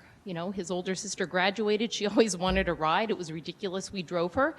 But to not be able to get out of your driveway, or to have to put your blinker on to get into your driveway because people are tailgating you because they are trying to beat that light, it's crazy. We live right across, for perspective, is the soccer field. So I don't know if you all spend time at these intersections in the morning, if you walk the neighborhood and understand what's going on, but that poor crossing guard who's at the end of our street, I mean, they probably want to transfer if they haven't gotten one already, because it used to be a really quiet little area. It's insane. I have never seen anything like this. I've lived in this town for over 25 years, but I would implore all of you to make yourself visible at these intersections in the morning, because something is going to happen. But the speeding on Valley just has amped up, and people are they're angry. You can see it in their faces when they're trying to, get down to the next intersection of Jefferson and Valley, which there have been tons of accidents. You all know it. Very dangerous situations that are happening beyond just this terrible, major congestion area. I'd encourage you to look a little further. So thank you. Okay, thank you very much. Okay, I'd like to close public comment. And Mr. DeShield, did you want to respond to anything that was said? Just wanted to make two comments. One, and we understand the frustration of everyone. One of the concerns we also have is dealing with NJDOT. Any improvements that we are suggesting, which touch 206, does require their approval. So, and when we go after their approval, what they're requesting are these traffic counts. And that is taking considerable time for us to make an improvement, get a traffic count, respond back to them. So we do understand you're frustrating. We're also frustrated in that process. I also wanted to also make sure I emphasize that the intersection of Terhune and Mount Lucas, part of the bid that I spoke about earlier, there is a section of that bid will be improvements to that intersection to try to help deal with the problems of the crossing on that intersection. So that is in the bid that would be hopefully approved in, at the October meeting. Okay. Thank you. You have to use the microphone. And if you could state your name, please. Sonia Lips, 451 Cherry Hill Road. I just wanted to say that when you're doing your research and your studies, you know, I just heard about like the accidents, for example, on 206. I mean, I think we do have to realize that not all accidents are officially reported, because even on Cherry Hill, I've seen multiple accidents, and when I asked Officer Murray about them, there was only one reported. So just, I guess just as a side note that, you know, that it's something that we should keep in mind, you know, when we're doing those studies. That's all. Thank you. It's a good point. Okay, I want to thank everybody again. We have to move on because it's 9 o'clock. You have to use the microphone if you speak or it doesn't get recorded, but I implore you, we have like a full agenda. We have to move on. Just real quick, when is the sidewalk construction? When would that be scheduled? Because does that mean now you're cutting off all children's ability to walk to school down Mount Lucas now that we've waited to do this during the school year? Because you can't walk on the other side. The bid is scheduled to be awarded on October 14th, and then we'll have construction after that point. We will be working with the engineering department in terms of dealing with the issue of pedestrians and how we get people through that intersection. At that point, we would have a plan we'd circulate to the public. Did you guys hear how many times people said, I no longer let my kids walk to school, I drive them? Yeah, we heard you, and I want to thank everybody for coming out tonight. And we will make sure we communicate with that email list that we have and try to get the word out to your neighbors also as we move through this process. So thank you. Okay. I just had one other suggestion for getting the word out. I don't know if anyone's on the Nextdoor app, but that hits a lot of people. Okay, great. Thank you. Good suggestion. Now we are at the spot of our audit. I think Scott Sillers was interested in coming to this, but I don't see him, but I think we should move ahead. So I'd like to invite up Bob Morrison and then also congratulate our CFO, Sandy Webb, for a great audit report. Okay, good evening, everyone. Little mundane stuff, audits. Normally, we're here to present the audit in the month of July. We're late this year, and I wanted to make it clear to the council that we're not late because of the staff of Princeton. We're not late because of my staff. We're late because of the state of New Jersey. In June of 2015, the Governmental Accounting Standards Board passed a new accounting standard which required disclosure of the estimated costs of post-employment health care benefits that are provided either by the town itself or by the state on behalf of some town employee retirees. The new standard was to go into effect for fiscal years starting after July 1st, 2017. So 2018 was the first accounting period that this new standard would be in place for Princeton. The State Division of Pensions had 3 years to get their act together to get us the data we needed to include in our reports. We didn't get the data for a June 30th filing. We would have needed the data in April. We got the data at the end of July. So we were able to file by the end of August. But that's the reason. Hopefully, pensions will get their act together going forward, and we will get back on a regular schedule, because I can tell you from an office management perspective, this is a nightmare, and it's carried over from the last cycle of school board audits that were 6 months late. Anyway, that said, we have a couple of new members, so I'd like to briefly cover what we're doing in the audit process. The first, we perform a financial statement audit similar to the type of audits that get performed on Fortune 500 companies. We follow the same auditing standards, and basically what we do is we come in, we look at the way your operations run, we assess areas where there's a chance or a risk that the financial statements could be misstated, or a risk that you could be out of compliance with laws and regulations that govern the way you're supposed to work. We evaluate your controls over financial reporting and over compliance. We do more than an audit of a Fortune 500 company in your audit, because we have to follow additional standards set by the federal government, known as generally accepted governmental auditing standards. They require that we not only evaluate your controls, we must test them. So we perform a layer of testing of all of the controls over major compliance areas, as well as the way you gather transactional data, record it, and report it. We issue 3 reports at the end of the process. The first report appears on pages 9 through 12. And it's a joy to read if you ever can't sleep at night.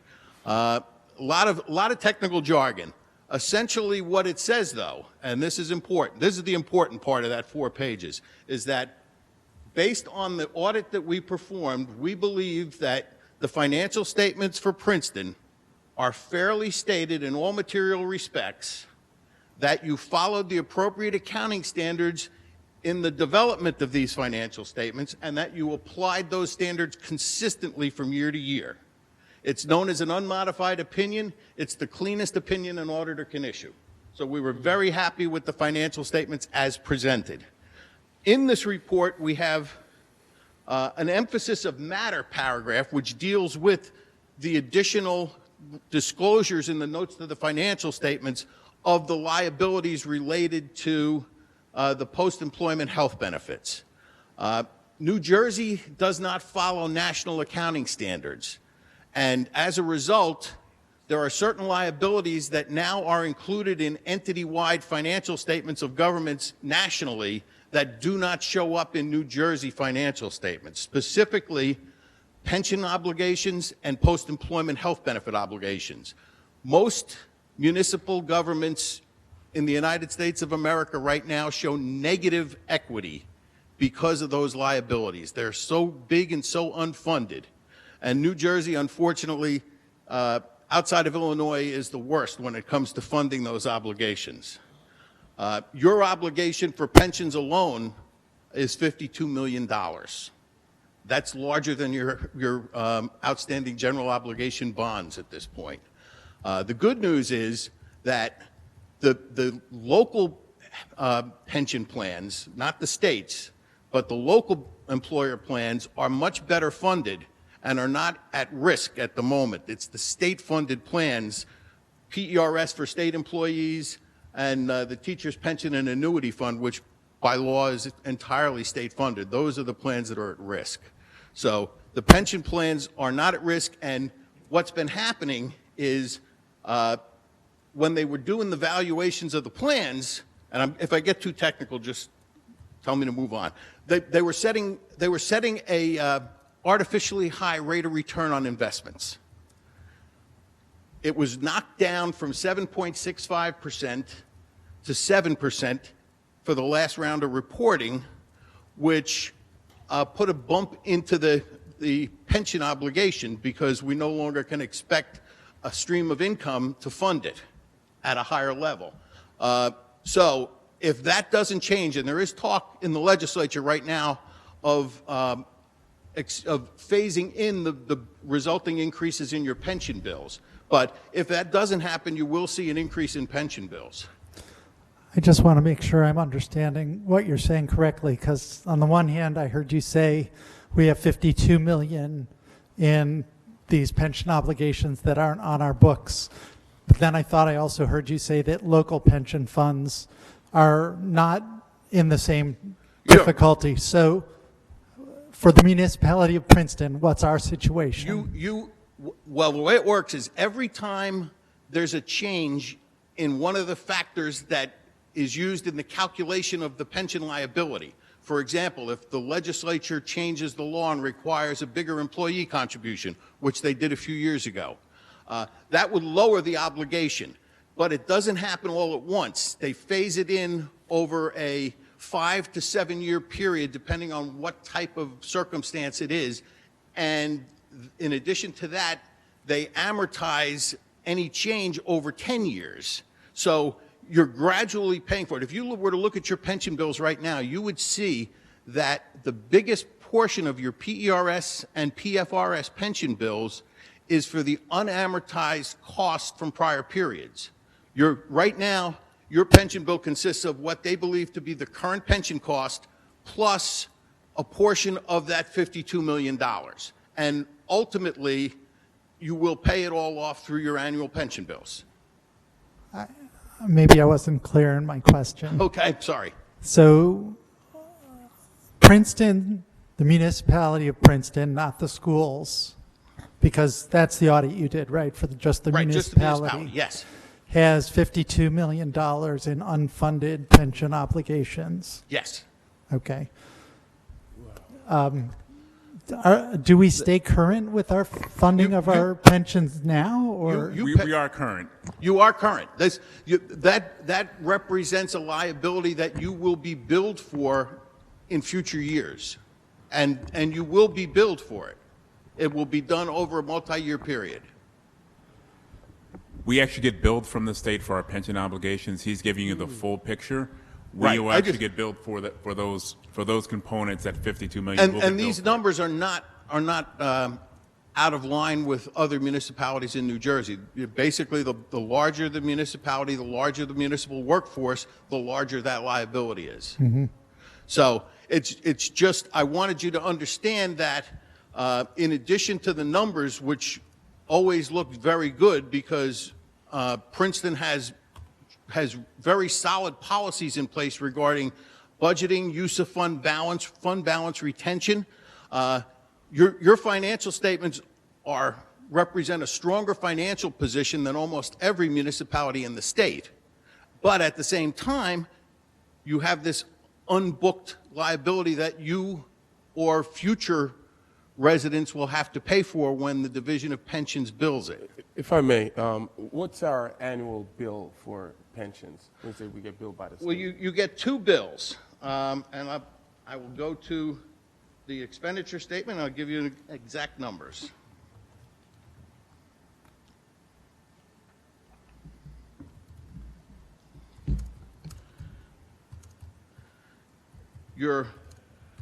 Actually, I can only give you the biggest piece of your public employees retirement system because you pay that out of multiple budgets. But out of your general operating budget, last year you paid $1,500,000. Then there was additional money that was paid out of the parking utility operating fund budget, and I think maybe a small piece out of the affordable housing budget. For your police and firemen's pension system, your bill was $1,630,000. And as I said, most of those amounts represent catch-up from prior periods. And that's how they're going to work down that $52 million. They're billing you what your current estimated annual liability is, plus a catch-up piece. Okay. Anyway, back to auditing. In addition to our opinion on the financial statements, we also issue separate reports, which appear on pages 102 through 105 of the audit document. The first one deals with our testing of internal controls and compliance. That report basically says that our evaluation of your controls indicated that for an entity the size of Princeton, you have a system of internal controls over financial reporting that is appropriate, that has been put into place, and is operating effectively. We found in all the testing we did, and we do about 30 different tests of different compliance areas, we found no significant non-compliance. The worst we may have found was a purchase order that wasn't encumbered timely. And that's really insignificant in the overall scheme of things. The second report deals with major programs. 2018, you received some significantly delayed monies from Green Acres for some land acquisitions. That triggered what's known as a single audit. We had to we had to expand the scope of the audit once again to evaluate your controls over grants, because every grant that you get comes with statements of assurances that you make to the grantors that you will follow certain protocols, as well as compliance requirements from the grantor. So we had to expand the scope of the audit to test your major programs. The report indicates that we found no non-compliance with your major programs. So all three reports were virtually clean. So can I paraphrase that last piece? Are you basically saying that the fact that we got the payment late from Green Acres was not due to any failure on our part to request the payment in timely fashion? None. No. Thank you. No, the problem, and it's again, it's not just Princeton. The problem is not the timely filing of the requests.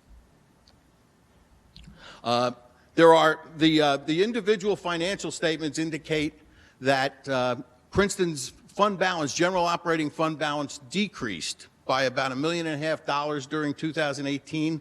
You originally budgeted almost $9 million of fund balance to balance the budget. Your operating results regenerated $7.5 million. So you still have a very healthy fund balance. It's within the parameters of your policy.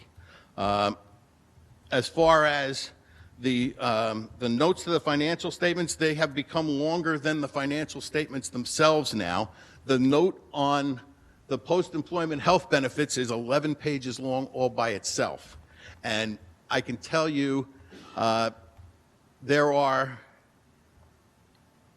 107 partners in my firm now since I've merged. And if I was to give that note to the 107 partners, I'll bet you 6 of them would understand it, because it's that obscure. I don't know, this personal opinion, I don't know what the Governmental Accounting Standards Board was thinking when they passed this standard, because I don't think it improves a reader's knowledge or understanding of the financial position of Princeton to read that thing. Anyway, as far as comments and recommendation goes, if we find something that is not right, small, medium, or large, we are supposed to report it, and we're supposed to make a recommendation on it. You would then be required to adopt a corrective action plan, and we would follow up on it next year. We have not had any recommendations for the last 3 years in Princeton, and we do not have any recommendations again this year. No corrective action plan is required. We had no audit adjustments to the financial statements, which is very impressive. That does not happen often. And we also received the complete cooperation of the staff when we were here, which always makes the audit process much easier. And we thank everybody for that. Clean bill of health. Thank you, Sandy. Thanks, Sandy, and congratulations. Can Ms. I, Niedergang? Yeah. I just have, this is my first time going over an audit, so it was an educational process. So although you clearly didn't have any major recommendations, there were a couple of deficiencies that you noted, one having to do with staff, I think, the same person may collect, record, and deposit cash receipts in the following offices. And you did have a small recommendation there about how that process can be improved, but you didn't mention that tonight. So I'm just wondering how you categorize that. I think I 1 minute to expand on the internal control process. Right. The general rule for internal control procedures are the cost of additional control should not exceed the perceived benefit that that control will give you. So when we tell you that you have offices collecting money where one person kind of controls a transaction from start to finish, that is it's divergent from good internal control. But to fix it would not be cost effective in our opinion. We want you to know that so that as time goes by, some offices may start to collect more money. It may become appropriate to expand the controls in those areas. But based on the levels of receipts coming into the offices right now, we would never recommend that you do anything to improve the controls if it would cost. And basically the way that you improve the controls is to get greater segregation of duties, which means splitting up the job into more than one piece. That would cost money. Yeah, I mean, the conclusion of that paragraph is, we suggest that monitoring controls, including analytical procedures and intra-period comparisons, be utilized. So again, that's not a major recommendation, but it is. Right, and it's something that your finance office does periodically. Okay. They look at annual totals, right? So for example, if the health department had level X last year, and for this year, there was a 10% difference, that would be something that the finance office I would expect to explore. And when we came in, we would look at that difference and we would go and say, did you look at this? And we'd see what their answer was and then we'd test it. But that's the kind of thing you can do to monitor without spending the extra money to actually improve the controls. If you have an expectation from year to year as to what a number should be and it varies, then maybe you devote a little attention to it. Okay. Thank you. Are there any other questions? Okay, thank you. And congratulations, Sandy. We really appreciate your work. Awesome. Thank you to all the staff and to Sandy especially for cooperating with the auditor and making the process go smoothly. We really appreciate that. Yeah, thank you. All right, now we come to the police report. You're up, Chief Sutter. Oh, no, I'm sorry. We have to pass the resolution 19286. Resolution accepting the 2018 audit and group affidavit. I'll move it. Second. Wow. All right, I'm going to say it's been moved by Ms. Kremiller and seconded by Mr. Cohen. All in favor? Aye. Aye. Any opposed? Resolution passes unanimously. And now we come to the police report. Thank you, Mayor. I just wanted to, I guess, make three announcements or 3 bits of information to share with you. Just based on the conversation we had earlier, I just wanted to talk about crossings real quick. So we currently cover 25 school crossings in Princeton twice a day. So that's 50 a day. That's with a combination of police officers and crossing guards. We've been recruiting crossing guards. We've actually done pretty well. We're training a bunch, and we're bringing some, more on. I just want to delineate, because this question comes up a lot, the difference between a police officer and a crossing guard. A police officer, by law, obviously, is allowed to control traffic, which you'll see often at different crossings where there's a police officer there. Crossing guards, by law, are not allowed to actually direct traffic. So they're specifically there to stop traffic, cross pedestrians, and exit the crosswalk. They're not allowed to physically go out and direct traffic, which at some intersections, we get a lot of complaints about that because people are under the impression that the crossing guards can expedite traffic. This relates to the earlier conversation in that we have had a police officer at Mount Lucas, Terhune, actually physically directing traffic as well.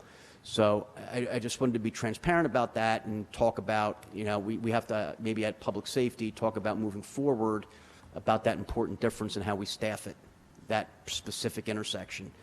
I also, it was brought to my attention earlier today and again tonight that an officer, a resident had encountered an officer in a police car. An officer should never be in a police car at all, regardless of the weather, on a school crossing.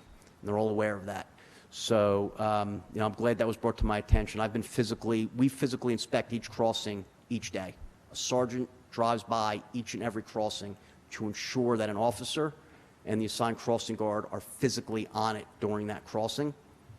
And just statistically, this year, police officers have already covered in September 131 crossings, and we staffed the specific one at Mount Lucas 28 times. So there was one day where there was a mix-up early on in the year. So I've been explaining that to any residents that contact me, but I thought it might be helpful if you knew that as well, in case you get any questions on it, on how that process works. Tour buses, real quick, the entire ordinance and operational piece has been implemented. I'm getting good feedback about compliance.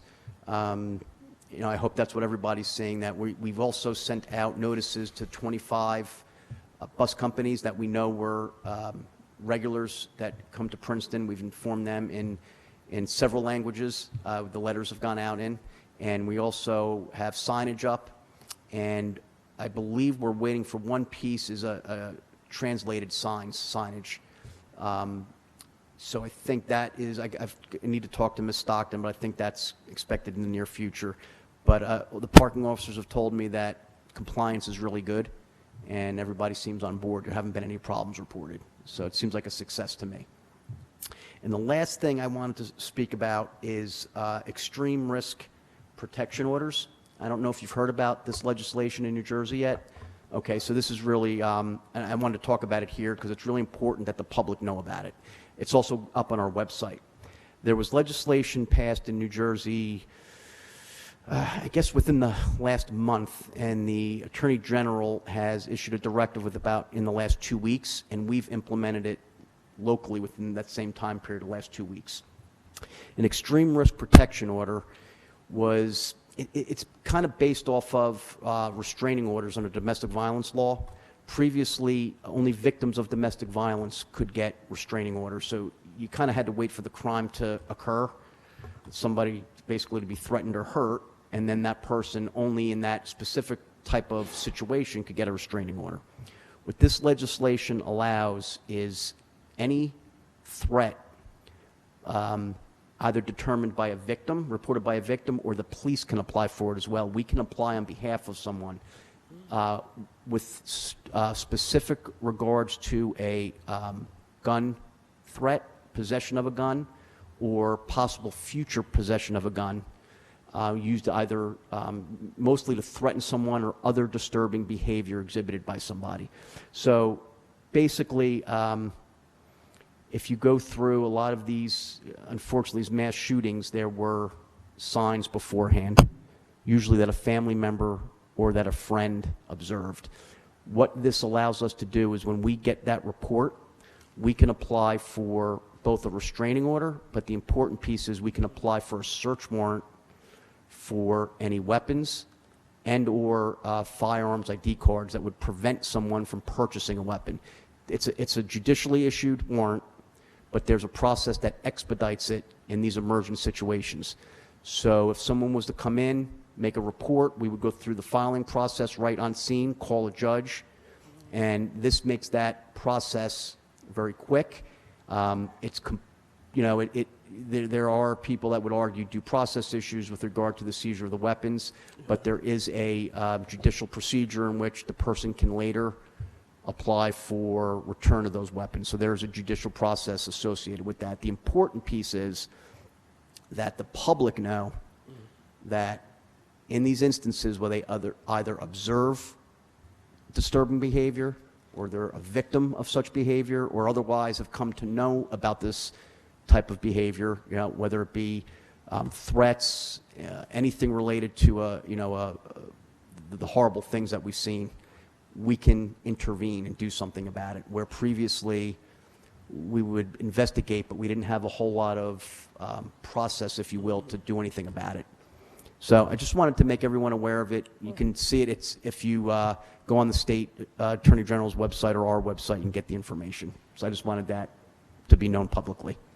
Great, thank you, Chief. We'll start with Police Commissioner, Ms. Fraga. Thank you. Just a couple of questions. You commented on the compliance on the tour buses.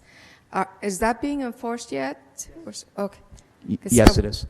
Because we did have, actually, David and I were at our parking, permit parking meeting, where on the way here, I had observed a tour bus parked on Franklin, and one of the members of the public called it in, and I don't know if they were still there when. I'll actually I can look into that and see, but that would be helpful too. If people can, if you just call us, we'll go out, and if we didn't observe it ourselves, somebody in the public saw it, we can go respond and take the appropriate action. And that's what I would encourage doing, instead Yes. of just being upset that they're parked where they're supposed to be, to actually call it in. Absolutely.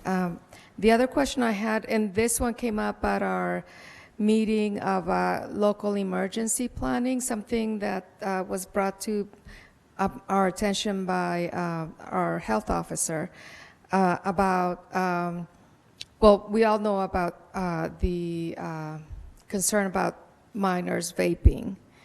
And it was brought to our attention that when a cashier sells to a minor, so the cashier's faces a fine, but the establishment itself doesn't, if the way we understood it, reported. Yeah, that's right.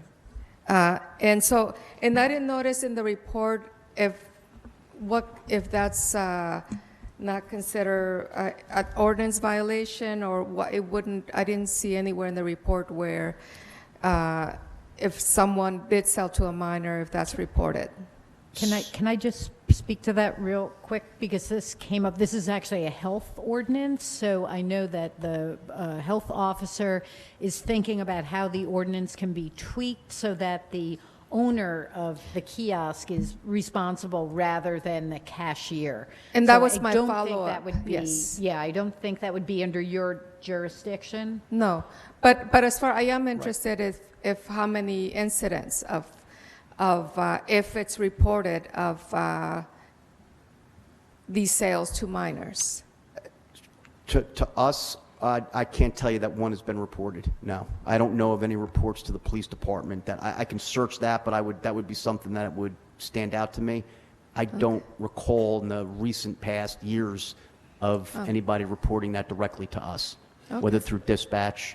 Not that we haven't, or I guess kind of unfortunately expected it, but I can look and search that to make sure I'm accurate, but I don't remember seeing direct reports. Just to follow up on Ms. Niedergang's point, I think that this is an effort of the health department, and so they actually employ people who look young, who, or maybe I guess they are young. They must be young, because I think to sell to them is illegal. Yeah, and so maybe they look old, but they're young, whatever it is. But they do send out and they test, but that's done through the health department, and I think the health officer has the ability to do the enforcement. Okay, so it might be being reported through the health department. Just wondering, without having any more information to corroborate what I'm thinking, but I wonder if there's a preemption issue as far as who you can find. I would ask Triska to look at whether or not that's a state law, or could we, as a municipality, find an owner over a cashier.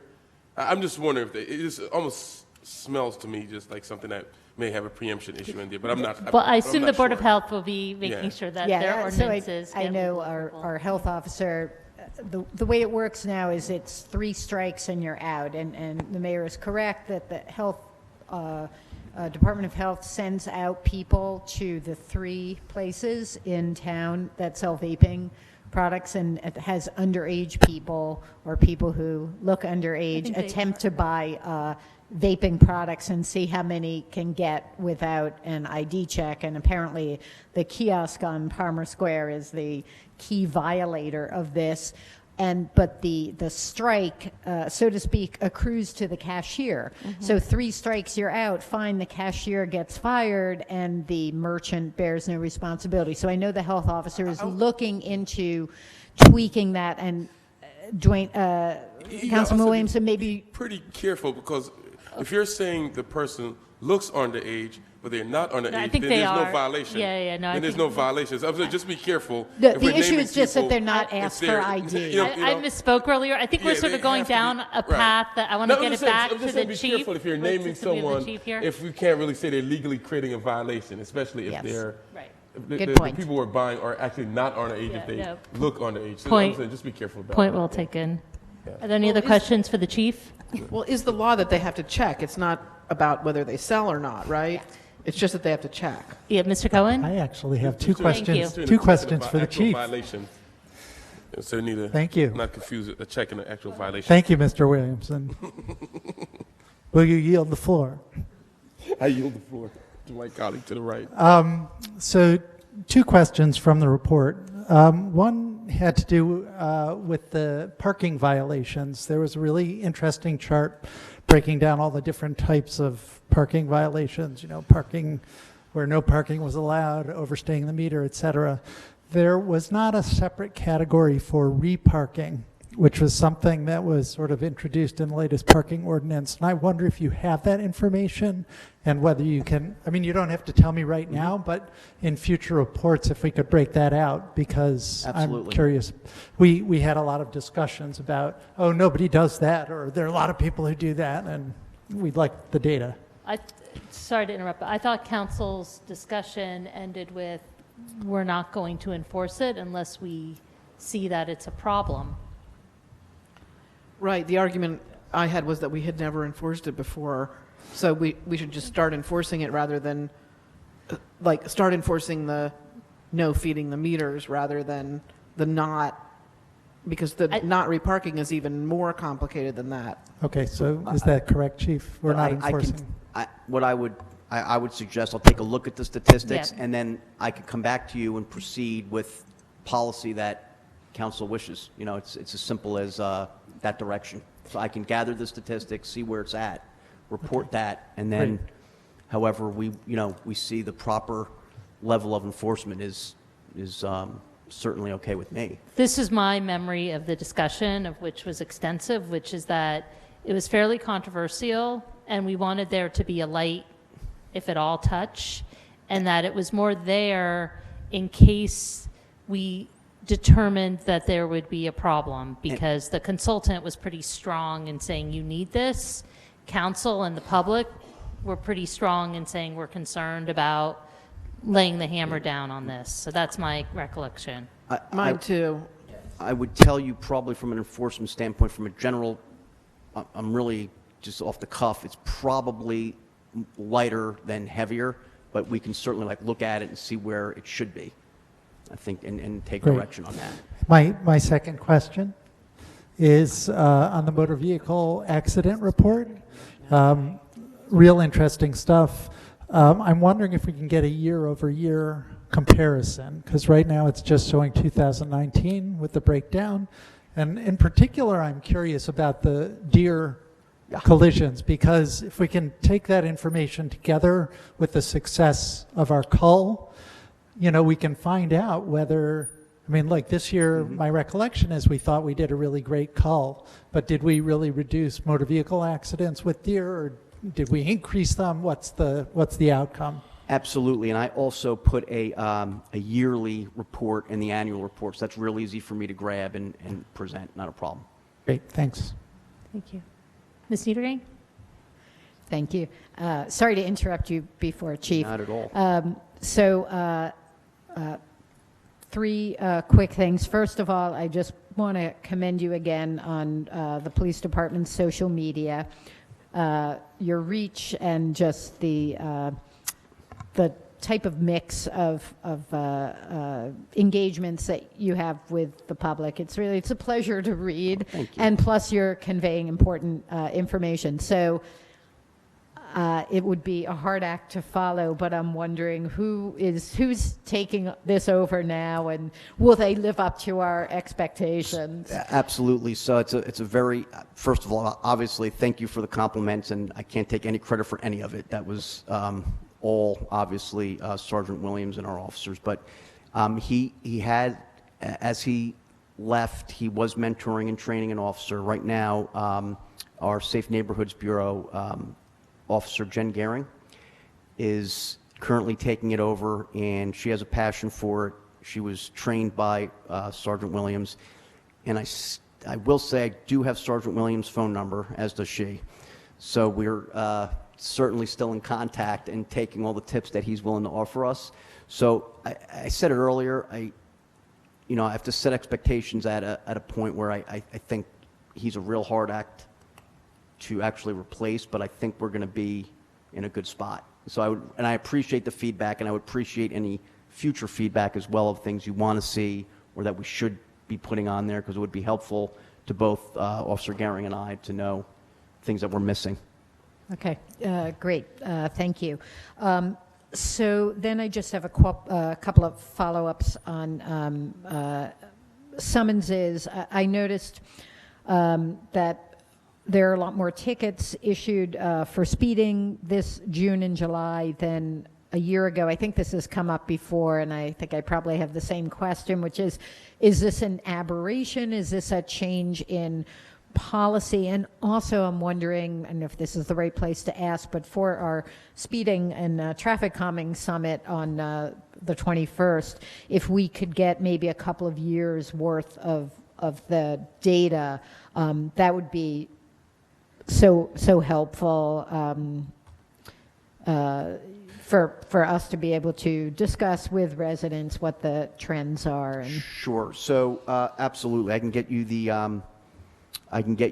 year-to-year data on traffic enforcement. So I will say this is the result. The uptick is the result in a more focused approach. So I'll keep this very brief. In an officer's day, there's what we call directed time and undirected time. Directed time is things that an officer has to do in a day that we say you have to do, and calls that you get.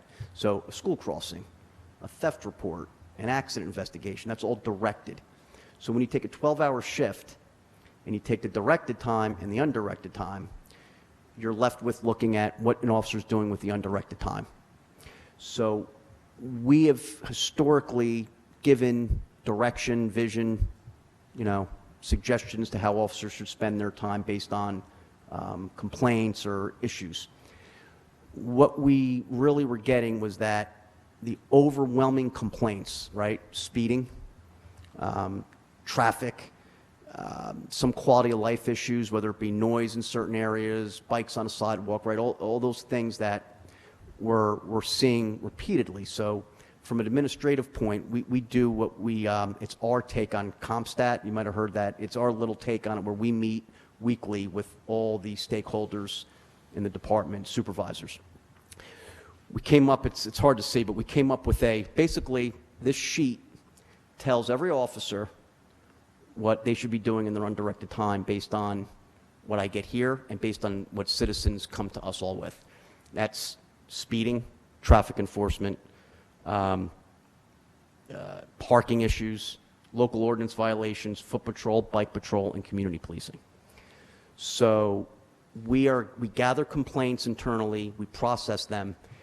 Our traffic bureau, our Safe Neighborhoods Bureau, and our administration put out weekly our troubled areas. We need speeding enforcement on Harrison Street. And what we're doing is having officers now account and tell us what they're doing. So just as an example, this one squad for September spent 38 hours on directed speeding enforcement, just speeding. That's 38 hours, so let's say 40 hours times 4 squads average, that's 160 hours spent just on speeding enforcement, because that's where the complaints were. But they're not just in general, they're at specific locations that people are complaining about.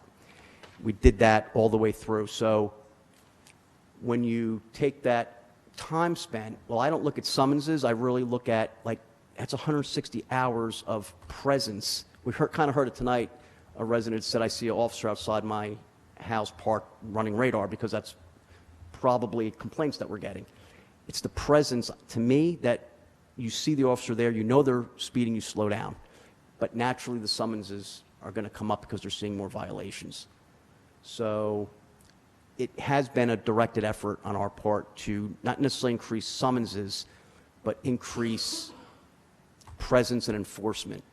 And I did honestly expect to get some, when that enforcement goes up, you tend to get more complaints about, quite honestly, heavy-handedness or, quotas and all these things. And luckily, I haven't, this has been going on for a couple months now. We've been starting this. I haven't really heard that. I've just heard positive things back so I think there's a good balance.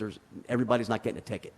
There's a lot of warnings going out, but we're spending a whole lot of time. So. That's fabulous. Thank you. Yeah, Ms. Krumler? Just as a follow-up, I mean, I've heard you say many times that the officers have no quotas, and I tell people that because they get really mad and say they just want to make money, and they're rushing to get quotas. So I'm glad to hear you say that, and I think maybe we should put that in on at the traffic meeting too. We're actually the opposite. 76 or 78% of our stops are warnings. That's so we're actually kind of, when you think about it, that's great. The other way.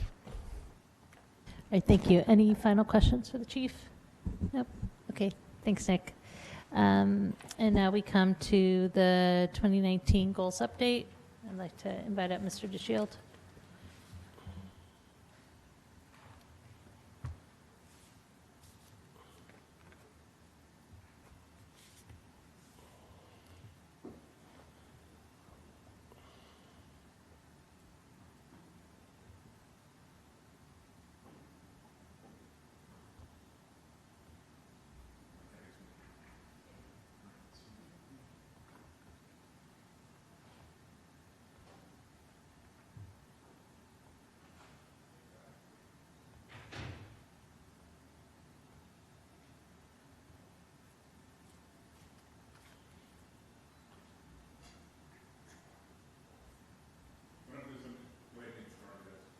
Try to get the screen up.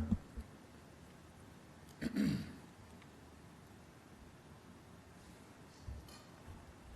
screen's warming up. We'll just walk you through, providing you the first and second quarter status report on council's priorities for the year.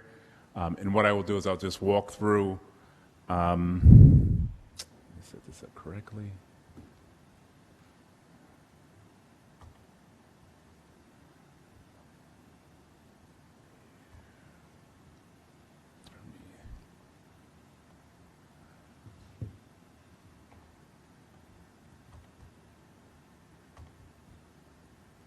Not sure why there's.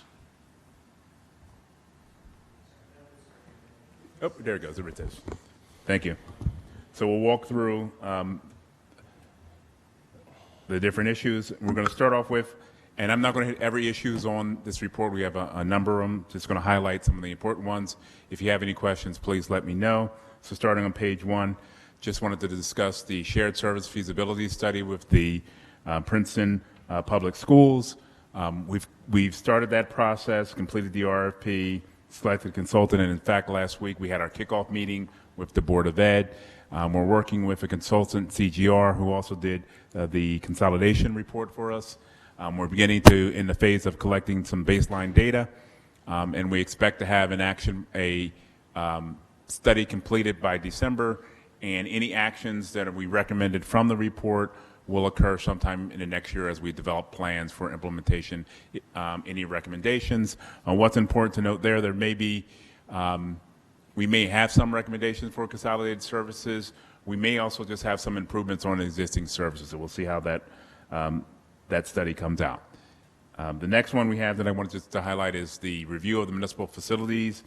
And one that was a look at Monument Hall facilities in this building to determine if we could consolidate the two buildings.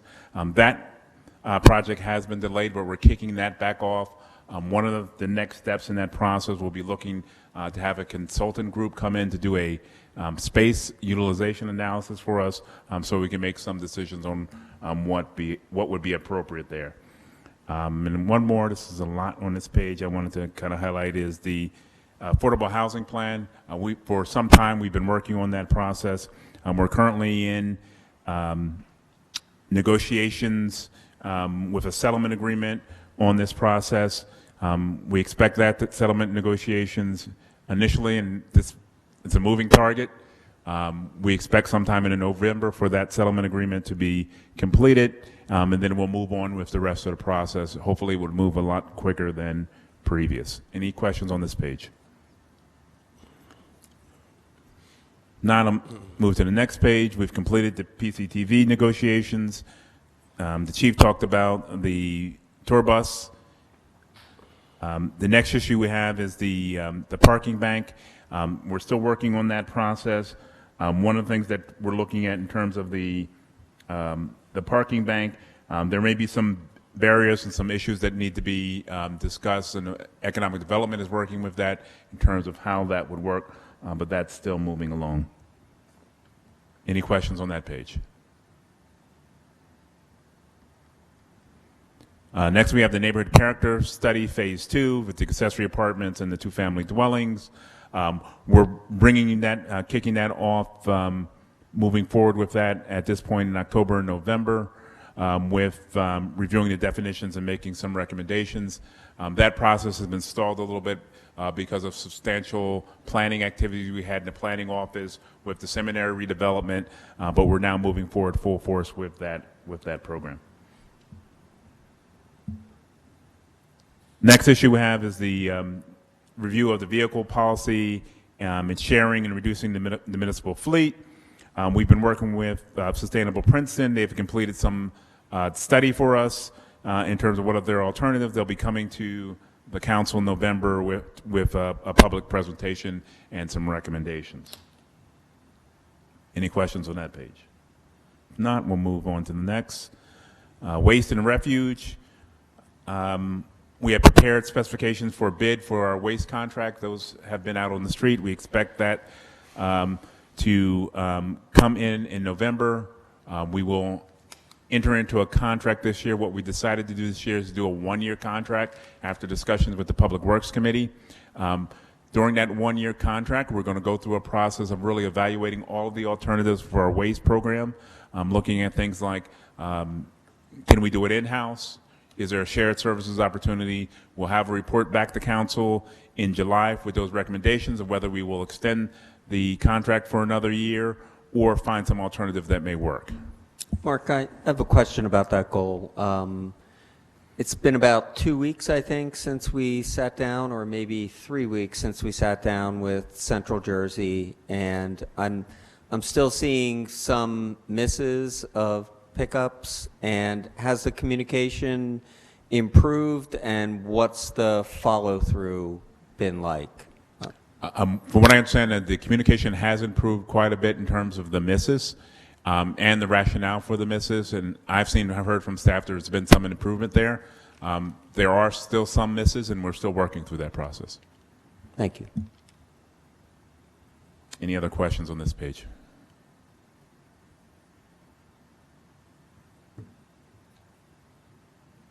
Oops, how far did it go?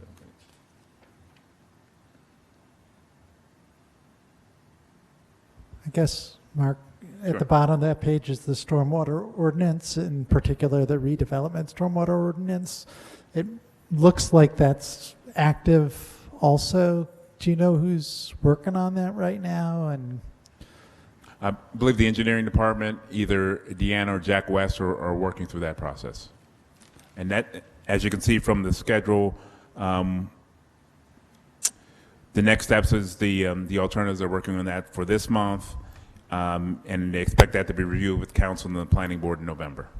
So, Councilwoman Niedergang, has the PEC come up with a recommendation, or are they I think after a joint presentation from a local architect and from the university about some of the possible ramifications of the second round, they've gone back to the drawing board a little bit and are considering what the actual ordinance, second ordinance, will look like, and working with the watershed on that. PC meets Wednesday night, so I'll have an update, and I can get you some information about that.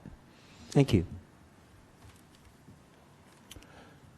Next project we have is the River Road Cold Storage Facility.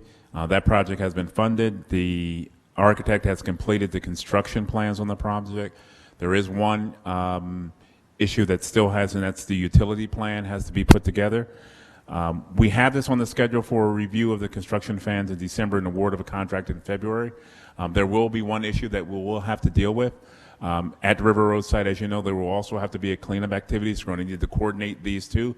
The proposed cold storage facility is not in the same location where the cleanup would be, but I just want to keep that in your mind that there may need to be some coordination in the timing of that and the any cleanup to be done there.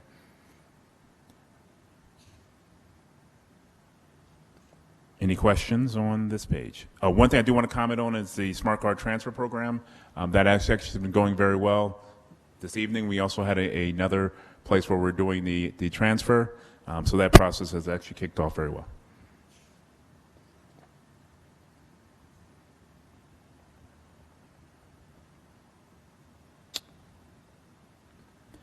Next we have is the lease agreement for the Friends of Herringtown Woods. We've actually, I think, completed that.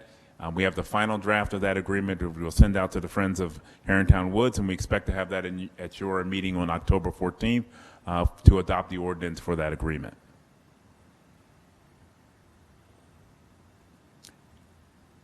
Next issue we have is the parking system changes, and we have a number of different issues we have there, including the digital permitting, and working through that process as we speak.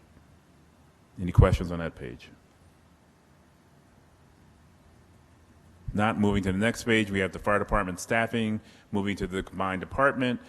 We've completed a large portion of that where we've actually put out the request for applications to our firefighters at this time.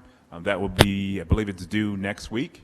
And then we'll be moving into the firefighter testing and screening process in October, November, and hire those firefighters in December.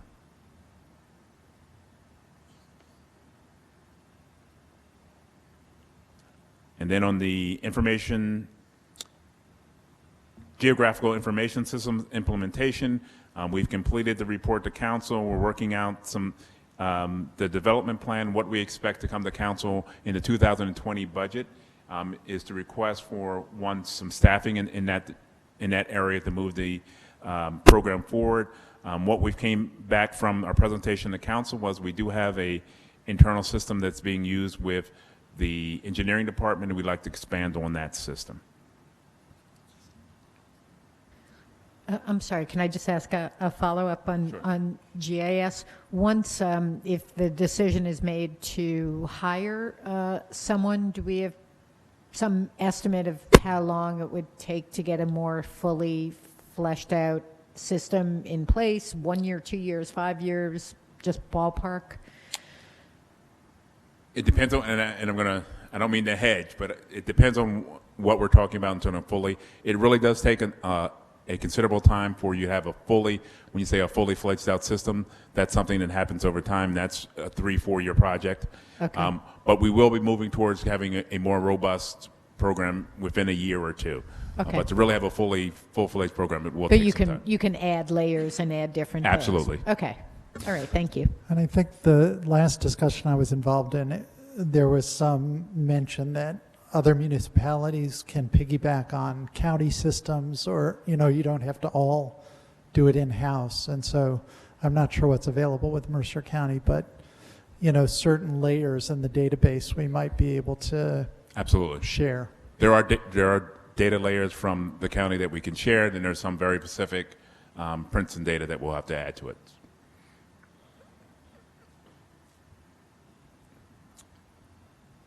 Next one I want to review is moving to a single code book. This is one where I made some change in kind of what we'll do here. We initially wanted to complete this project by the end of this year. However, there was, with the code consolidation, particularly for the land use code, that's not going to be ready until the first quarter of 2020. My recommendation is that we wait to move to the single code book once we have the consolidation of the land use code. That will avoid us having what we have now, which is a borough and a township land use code. So my recommendation is to wait for that. It's not as that much time more, and it would be a more, I think, user-friendly atmosphere moving to a new process. So hopefully everyone can agree with that. Next issue we have is the online development of an application process in a feasibility study. The planning department is now doing some research on other communities, and we'll present that information back. One of the things that we'll also work on is doing an inventory of our application process and make sure what we can receive in electronic format, we are.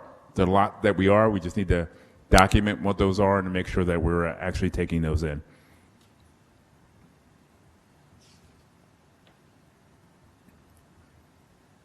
Next, we have the design standards for the Historic Preservation Commission. The commission has authorized the RFP process. It was an RFP that was developed last year concerning the Witherspoon Jackson. That's going to be modified to include the Central Business District. That will be prepared and sent out for that process. Any other questions on any other projects? I just have a quick question on the improved communication to residents and businesses. I remember this being discussed at the goal-setting meeting, but I'm not really aware of what's happened after that, and it seems like some things are going on. So I'd be very interested in seeing the materials that are being developed. I don't know if other people are interested, if we need a presentation to council, or if no one else is interested, I'll just look at it myself. That's something I'm very excited about getting up and running, so thanks for that update. Move to the next one. Other questions? If not, you want to move to the food waste?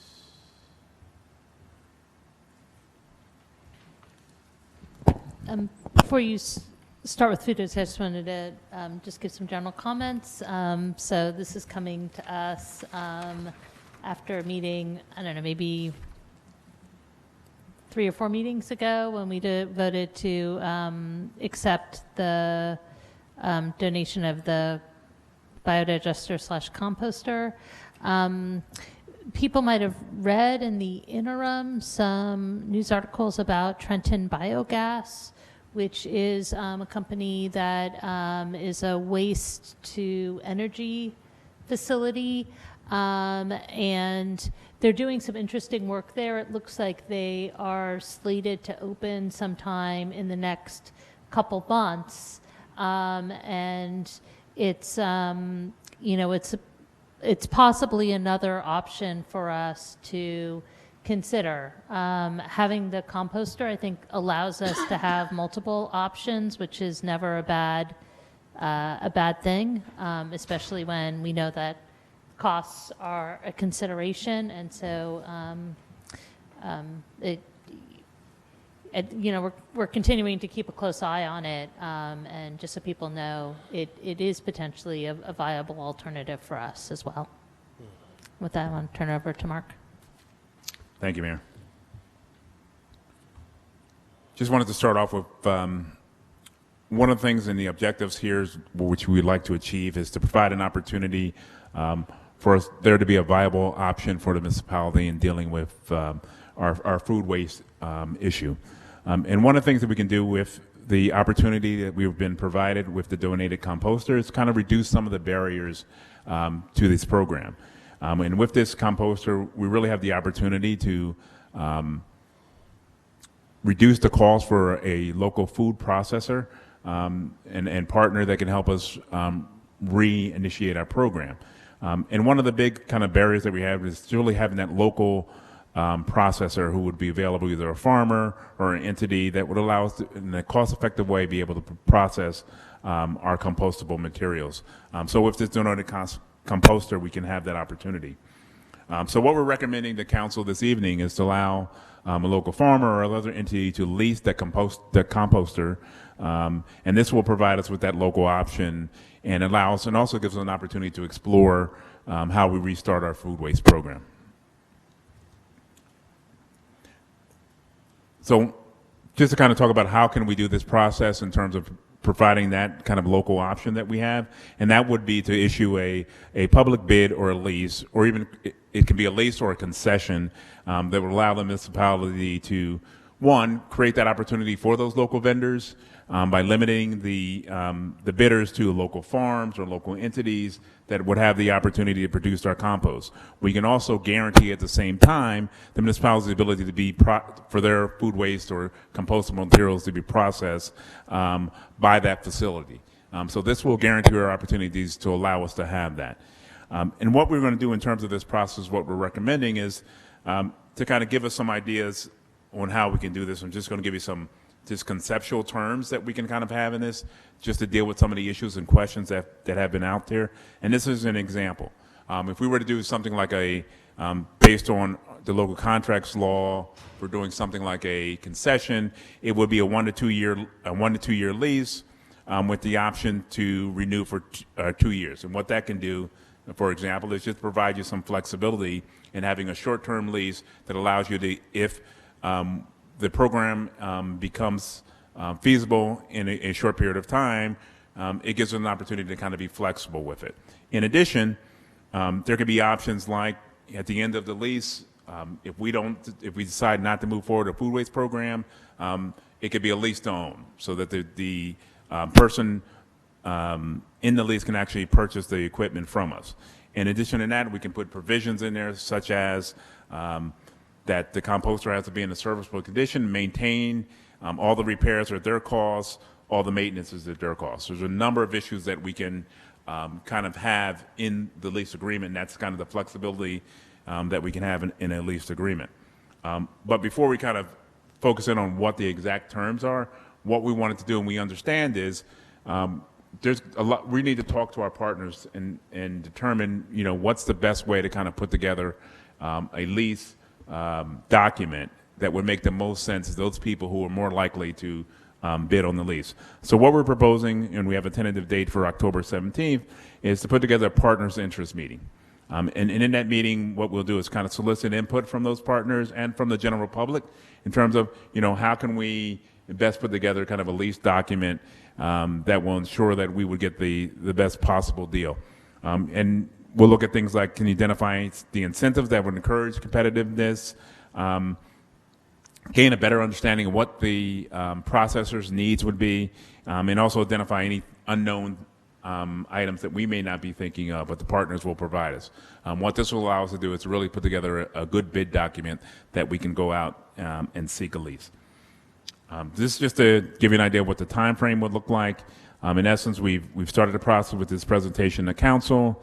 We'll be preparing for the interest meeting on the 17th of October. We'll then prepare a bid document to go out. We'll issue the bid document. At the end of the day, what we're proposing is by December 9th, we'll have the award of a contract for a lease or a concession at that point.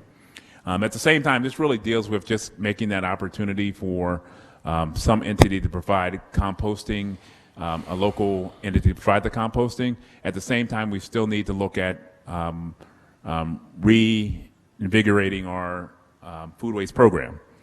So as part of that, what we're recommending is that, one, there's developing this ad hoc committee to really explore what are all the opportunities to restart the program. And I know we've identified, I think the mayor has identified a number of people that are willing to kind of work on that area. In addition to that, once we get these alternatives, we need to have those reviewed by a number of our advisory committees, including CPAC, Environmental Commission, Public Works Committee. At the same time, staff will also be evaluating these alternatives. So this is kind of what we foresee is kind of the direction. And I failed to mention, and I'll mention it now, just an update on the composter. That has been moved from the MetLife facility to the Premier facility where it's being repaired. Once it is repaired, it will be transported to Princeton. What we're proposing is that be taken to the River Road site where it will be stored until such time as we finish the agreement here. Part of the agreement we could have before it be transferred to whatever partner we have determined to lease to. Do we have any questions? Ms. Grummeler and then Mr. Cohen. My big question is about the hauling costs. I mean, I'm assuming we're going to do it in-house, or do we have that assumption, and have we? I don't want to do anything further until we find out what that cost is going to be, or even an estimate, even in a back of the envelope, because I haven't heard that. Maybe other people have. And I wasn't at the meeting when it was discussed. Part of this process, what we're doing, this process will allow us to move forward. We can have the composter will be leased out. It will not necessarily have to be using our composting material from the municipality of Princeton. It can actually either, it has a farm where it has its own composting material it can compost. It can solicit from other areas under this lease.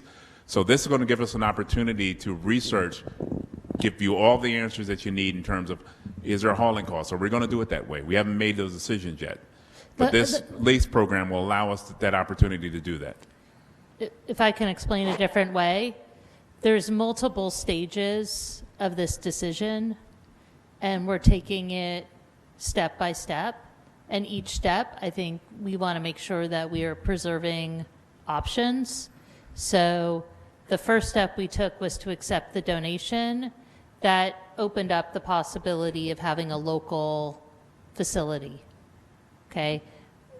Without committing to necessarily restarting our program the next day. What Mr. DeShield is presenting here is a recommendation that instead of trying to operate the digester ourselves, that we're going to enter into an arrangement with a private party, and without any commitment on our end, we haven't made the decision that we're necessarily going to start the compost program again, period. Whether, and hauling means that we would be restarting it. So I think what the idea here is that we would lease it to a local entity, again, preserving a local option for us so that when we look at restarting the program and look at what our options are, we know that we're going to be in a much stronger position than we were a couple months ago, because we're already going to be lowering the price by having a local option. And now we also have Trenton Biogas. So as we have this ad hoc committee looking at options, they're going to be looking not just at this composter wherever it ends up, but at Trenton Biogas, and who knows, like now it seems like everybody's opening their door to food waste. But it would it's pretty much a baby step. All we're saying is we have this machine. We're not really in the business of operating it ourselves. So who can we get it to operate in a way where it's in the best interest of the town? Okay, yeah, I didn't really understand that, and now I do. But is there really hope that someone's going to lease this without customers to deliver them, or is it up to them to figure out what they're going to do? So we think somebody's going to say, I want to use this machine because I have a plan for customers or whatever? We do know that there's farmers that actually are doing the composting on their farms, and that's one of the things why you're going to have the interest meeting, is really to get the information from them, what are their needs, and how do we make this attractive to them. And that's why we want to have the interest meeting, because we don't have those answers Okay. yet. Yeah, really a follow-up to Jenny's. I had the same question. I just want to sort of caution, as we talk to the farmers, we need to realize that if we lease this to them without guaranteeing them a waste stream, of organic waste, they may very well develop their own sources, and because it has fixed capacity, by the time we figured out the question of how to collect our organic waste and get it to them, they may have filled the capacity of the equipment. So we'll need to explore, how to have an option, say, to bring our material to whoever the leaser is, if we want to protect our ability to restart our organics program. And that would be and I foresee that's going to be one of the conditions that will be part of the lease, is that we would have to develop a mechanism. And again, we do want to talk to the different partners to see how we can structure that in a way that makes sense for both parties. But that is a good point.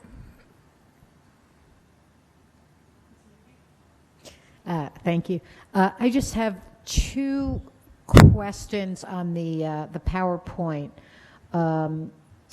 First, issue on I think it's the third page, where it says how to ensure the availability of a local option. It says issue a public bid to lease or create a concession. Can you just go over what the difference is between leasing and creating a concession? Yes. What we'll have a lease is simply leasing out the property to a vendor with conditions. But we may want to do a concession under local public contracts law. A concession is just, how can I explain this? It's really just giving someone the ability to run I'll give you an example. It's probably easier to just give an example. For example, stand. We do a concession for the kayak station on the riverfront. It's just a concession. We allow them to set the station up there, to make a profit on it, but they pay us a fee for doing that. And that could be the same situation that we can have here. We have to talk to the kind of partners to see which one makes more sense as a concession or as a lease. Okay, thank you for explaining that. And then on the next page, where it says 1 to 2 year lease with option to renew, and then underneath it says in, it looks like tiny letters, provides flexibility, allows the municipality to not renew the lease and contract with the entity if the food waste program becomes operational. I didn't understand what was being said there. Because there's an issue with the short-term lease. What you can do is, under the local public contracts law, we can actually enter into a contract with the processor, directly with the processor. So if we got to a point where we had a food waste program and we wanted to move forward with that program, we can directly contract with that person. Part of that contract would be the biodigester, so we just move from a lease to a contract. Okay, thank you. And then in a more general sense, I think, at least from the information we received today, that Trenton Biogas is going to be opening next month, and I just want to stress that, before we spend a lot of time and money exploring other options, that I think that should be, let's look at that and see if that is the way to go, and if not, there are other options that can be explored. But it seems like they're going to be open for business, and they're going to be looking for people to supply them with product, and it seems like they could take both brush and leaves as well as household organics, although not things like pizza boxes, I assume, and stuff like that. But I'm concerned that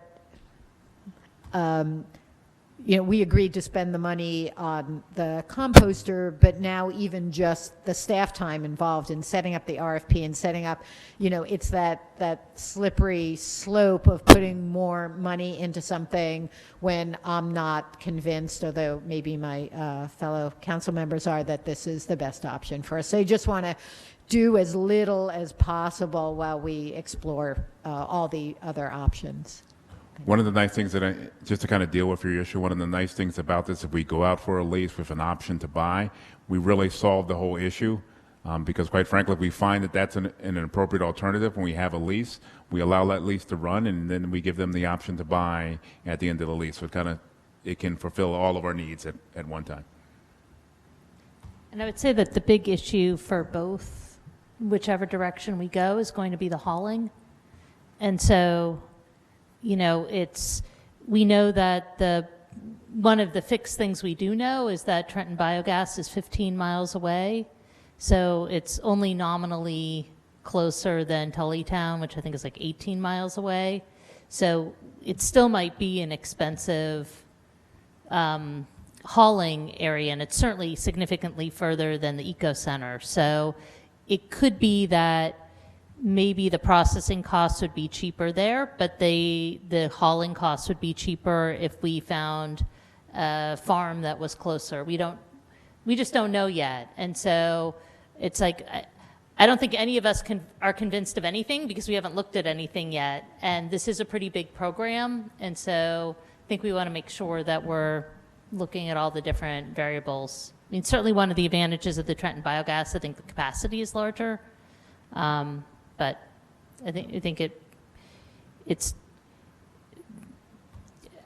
I would argue that it's worth spending a little bit of time now to get the solution right. Mr. Cohen? I was just going to comment, one of the things that we've discussed is the idea of having these pods that could be placed around town where people could voluntarily take their stuff, apartment dwellers could take advantage of it as opposed to curbside collection. And I can easily imagine a farm being willing to come and retrieve the pods, use the material, the organic material in the biodigester, and there not being a hauling cost for that piece for Princeton. So, to separate the biodigester as a possible solution for a piece of our issue without having to take on the hauling at all, conceivably at all. Any other questions, Mr. Crane? Just a comment that I think whichever way we decide to go eventually, but there are other issues that will have to be decided along with that. Will people pay to participate as was done before? Will we require sorting in a pay to throw kind of situation? I don't see this as sort of one door opens and another and opens to another door. So it is work worth doing to whichever end we decide to go to. I mean, it's worth noting that if everything that we've learned about Trenton Biogas is true and it's more economical than the other thing, it would still require some staff time. It would still require some investigation, but I think that what the mayor said in the beginning is that a couple months ago we had no option. We were sending our food waste to a mountain of garbage in eastern Pennsylvania, and now we have at least two options that we can explore for restarting the program, either the way it was or in an expanded form. So I think we're in pretty good shape. Thanks. Anybody else? Okay, excellent. And I just wanted to announce that for the ad hoc committee, Scott Sillers has agreed to be on it, Christine Symington has agreed to be on it, and Sophie Globier have agreed to be on it. And there's room for a council person or two, so if folks are interested, let me know, or you will be appointed. Are you? I think, yeah, I'd like to be on it, and then, okay. Thanks, Mark. Now we'll move on to council reports, and I'll start on my right with Ms. Niedergang. Thank you, Mayor. Apropos of a little bit of what Councilwoman Fraga brought up before, the Board of Health at its meeting last week discussed the dangers of vaping and what actions were being or could be taken at the local, state, and federal level to deal with this epidemic. The severe illnesses and deaths that have been attributed to vaping have been, according to Princeton Health Officer Jeff Grosser, primarily due to aftermarket and homemade vaping cartridges. Vaping products purchased directly from manufacturers have not, as far as we know, been responsible for these severe illnesses and fatalities. This is not to say that vaping is safe or healthful, especially for teenagers. The potential dangers of the flavoring agents added to vaping products are not fully clear at this time, but the addition of flavoring agents has clearly attracted young people to vaping. The Board of Health is reviewing ways to improve Princeton's current e-cigarette licensing ordinance, which gets back to, as I said, Councilwoman Fraga's point. And I believe certain members of the Board of Health will be doing some further research into this. From public transit, the Public Transit Committee is looking into getting better signage at the Dinky Station for our free transit options, the Freebie and Tiger Transit, especially in light of the Alexander Road closing. And we're also looking into ways to provide some additional parking at the Dinky Station during the Alexander Road closing, and how to promote the use of the Dinky and to encourage people to drop off at the Dinky rather than parking. Thank you. Mr. Cohen? Just two really quick reports. One, for those who hadn't already heard, HPC at their meeting last week did approve the mural in the Witherspoon-Jackson neighborhood. I know it was, I usually don't report on individual applications, but I know it was a issue of wide interest in the community, so I wanted you all to know that. It was a close vote, but it was approved. And the other thing I was going to report on a little bit more length was the work of the task force that's working on the fuel station, or should I say gas station relocation. You know, really no conclusions have been reached. You probably wouldn't have guessed it from Louisa's tone in the report, you know, in the comments that she made. But I really do think that the design people, the people from SPRAB who are working with that committee, are approaching it with a level-headed you know, view towards what's really going to be best for the community. And I think that we're going to be able to develop some consensus if we can get, you know, enough data or information about the pros and cons of the various sites. So I just wanted to share that in the, you know, cooler temperatures of an empty room. If I could ask a couple questions and make a comment. I think it's called fueling station because it's not strictly gasoline. It includes diesel. So I don't think it was sort of a bait and switch. And I think it's worth noting that members of the Public Works Committee received the latest version of the spreadsheet and I had some concerns about one of the sites that was listed, and I forwarded those questions to Deanna, so I'm assuming they'll work their way back to the committee if they haven't already. Yeah, I thought that was actually a really good email, Tim, with a lot of good points. I personally haven't seen the comments that SPRAB made that Louisa made reference to, where they had annotated the form. So I'll follow up with Deanna and make sure I get to see what the current status is of that spreadsheet. But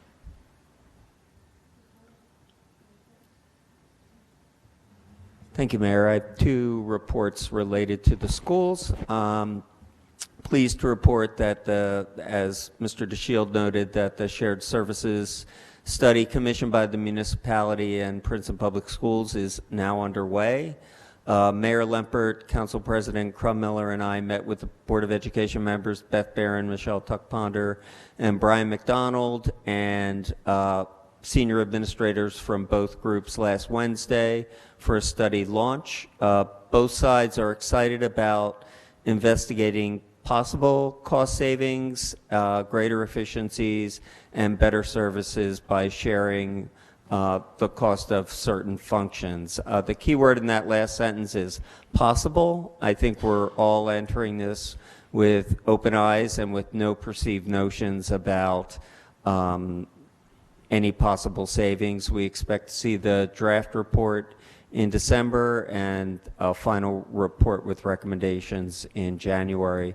The next day, Thursday, September 19th, the regular municipal and schools working group, which includes the same municipal team, along with Board of Ed President Beth Barron and Vice President Greg Stankiewicz, met with senior administrators at our quarterly meeting. I won't go into details, but we discussed planning, transportation, and public health issues. If you'll allow me to editorialize a bit, I would say that as someone who has had the honor of serving on both governing bodies, it's my personal observation that the working relationship between the municipality and the school district is the best it's been in recent memory. And I think that that's cause for celebration and gives us more opportunities to work together. Thank you. Ms. Raga? I'll make it quick.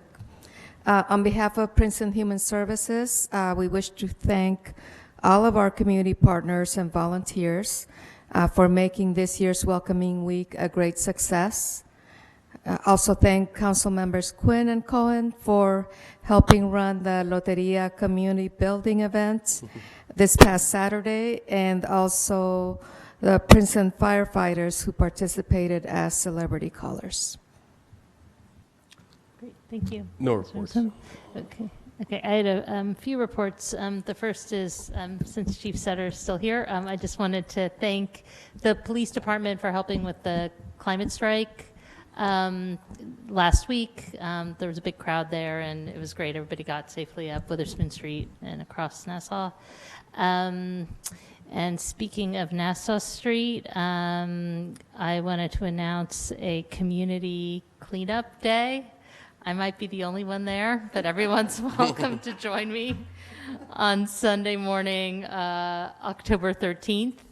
And we're organizing a little planning committee for this. So if anyone's interested in helping, please let me know, either for the planning or for just showing up.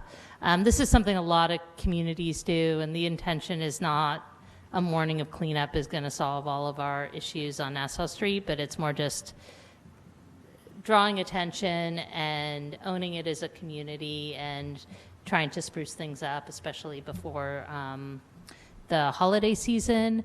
And I'm also working with staff on a postcard that we can hand out to businesses, just letting them know, reminding them of the responsibility to keep the sidewalk clean in front of their business, and also having some information there about clearing the snow, since I know it's 90 degrees today, but soon it'll be 9 degrees and white, so try to get that information out. All right, and I had just a question. Princeton is being asked to sign on. This is one of the organizations we're involved in. So Los Angeles has a amicus brief in the litigation to protect DACA recipients. It's now at the Supreme Court. Princeton has signed on to other previous amicus briefs on related court cases. So this is due on October 1st, and I just got it this afternoon, so wanted to make sure that council's comfortable having Princeton sign on, and we can move ahead with that. Great.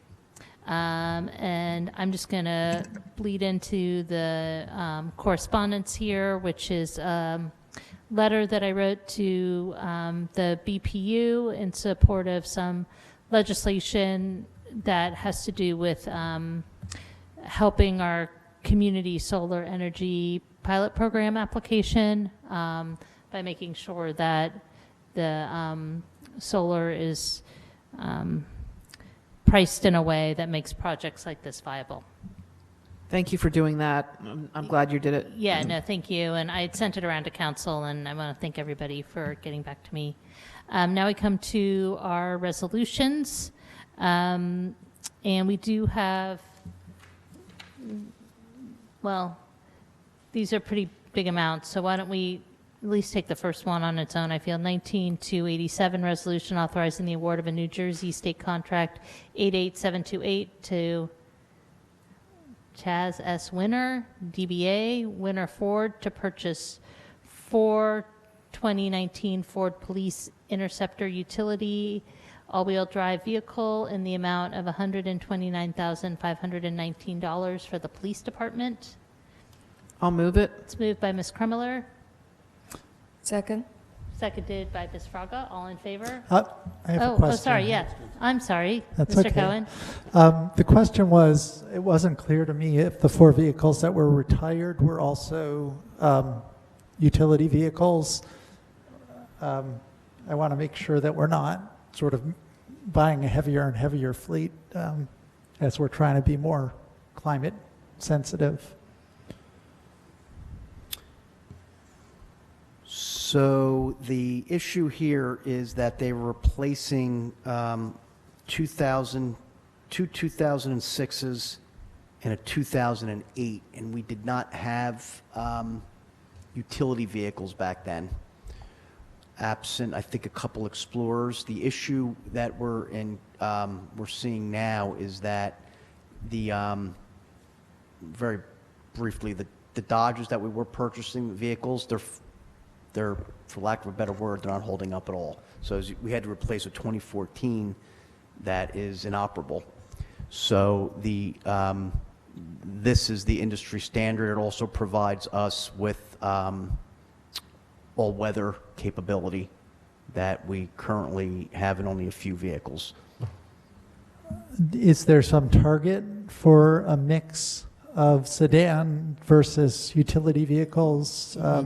Yes, and our fleet manager and I will review that. We review it regularly, usually about this time of year, so we'll look going forward which ones we're going to take out and incorporate sedans into that mix as well.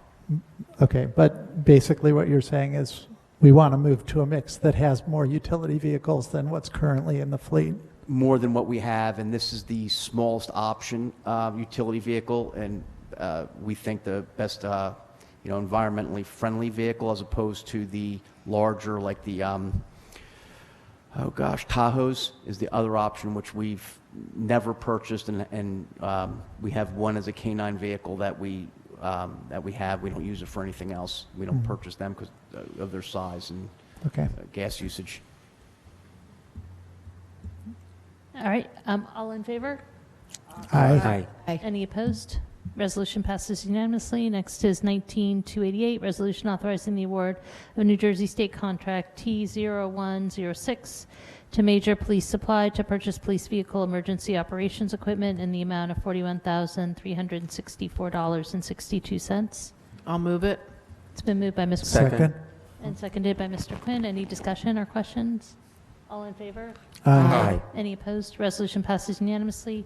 Next resolution, I just want to correct the title of this resolution. It should read, Resolution Authorizing the Award of a New Jersey State Contract number A83909 to Motorola Solutions for the purchase of mobile radios in the amount of $38,116. And it was in the text of the resolution, it was correct. It's just the title on the agenda needs to be changed. It's been moved by Ms. Krummeler. Second? Seconded by Ms. Fraga. Any questions or comments? All in favor? Aye. Any opposed? Resolution passes unanimously. Next we come to 19290, resolution authorizing the award of a contract to Bucks County International via Sourcewell contract for a 2020 heavy-duty rear loader trash truck in the amount of $185,990.25. Is there a motion to approve? So moved. Second? Moved by Mr. Quinn, seconded by Ms. Krummeler. Any questions? Yes. What is this for? It did If I not. may, yes. This is a replacement of a 1999 garbage truck. It's what we use in our fleet for our brush and leaf collection, so we replace that vehicle. Thank you. All in favor? Aye. Any opposed? Resolution passes unanimously. Next is 19291, resolution awarding contract to Able Mechanical for the installation of a new boiler at the Chestnut Street Firehouse in the amount not to exceed $37,616.76. Is there a motion to approve? So moved. Moved by Ms. Niedergang. Second. Seconded by Ms. Krummeller. Any questions? All in favor? Aye. Aye. Aye. Any opposed? Resolution passes unanimously. Next is 19292, resolution authorizing the award of a New Jersey state contract to A83924 to Wireless Communications and Electronics for the purchase of a Zetron Max upgrade package in the amount of $46,452. Is there a motion to approve? So moved. Moved by Ms. Krummeller. Is there a second? Second. Seconded by Ms. Fraga. Any questions? All in favor? Aye. Any opposed? Resolution passes unanimously. Next is 19293, resolution amending resolution 19259 regarding bow hunting deer management services on certain public lands. Is there a motion to approve? So moved. Second. Moved by Ms. Niedergang and seconded by Ms. Krummeller. Any questions? This is not a tremendously important comment, but it specifies that hunting can be done on every day but Christmas, and I'm just wondering, what is that the day when the woods are most used as opposed to like Thanksgiving Day? Or I mean, it struck me as so weird. Is that a state requirement to? I assume it parallels the language of other, but I'm curious also, so I'll have to find out for you. let me know what you find out. Maybe Seems it's like they should be allowed. Maybe it's a day of peace. For the deer. Deer, not reindeer, right? For the deer, yeah. Okay. There may be this little reindeer running around with a red nose and just don't want it to be hunted. All right. Any other questions? That was a good one. I think you've stumped. Okay. All in favor? Aye. Any opposed? Resolution passes unanimously, and I recommend we take the next two in together. 19294, resolution authorizing the sale of an affordable unit, 133 Brookhouse Road, in the amount of $122,591, and then 19295, resolution authorizing the purchase of an affordable unit, 113 Hamilton Avenue, in the amount of $53,000. So moved. It's been moved by Mr. Williamson, seconded by Ms. Krummeller. Any questions? All in favor? Aye. Any opposed? Resolutions passed unanimously. And next we can come to the consent agenda, which contains items of a routine nature passed by single vote. Are there any items anybody would like removed from the consent agenda? And if not, is there a motion to approve the consent agenda? Moved by Ms. Fraga. Second. Seconded by Ms. Krummeller. All in favor? Aye. Any opposed? Consent agenda passes unanimously. And now is there a motion to adjourn? Yes. Second. All in favor? Aye. That was moved by Ms. Niedergang, seconded by Ms. Krummeller. Meeting is adjourned. Oh, there it is. So worried. Oh my God, that was awful. Okay. I noticed that we had to sign it, actually.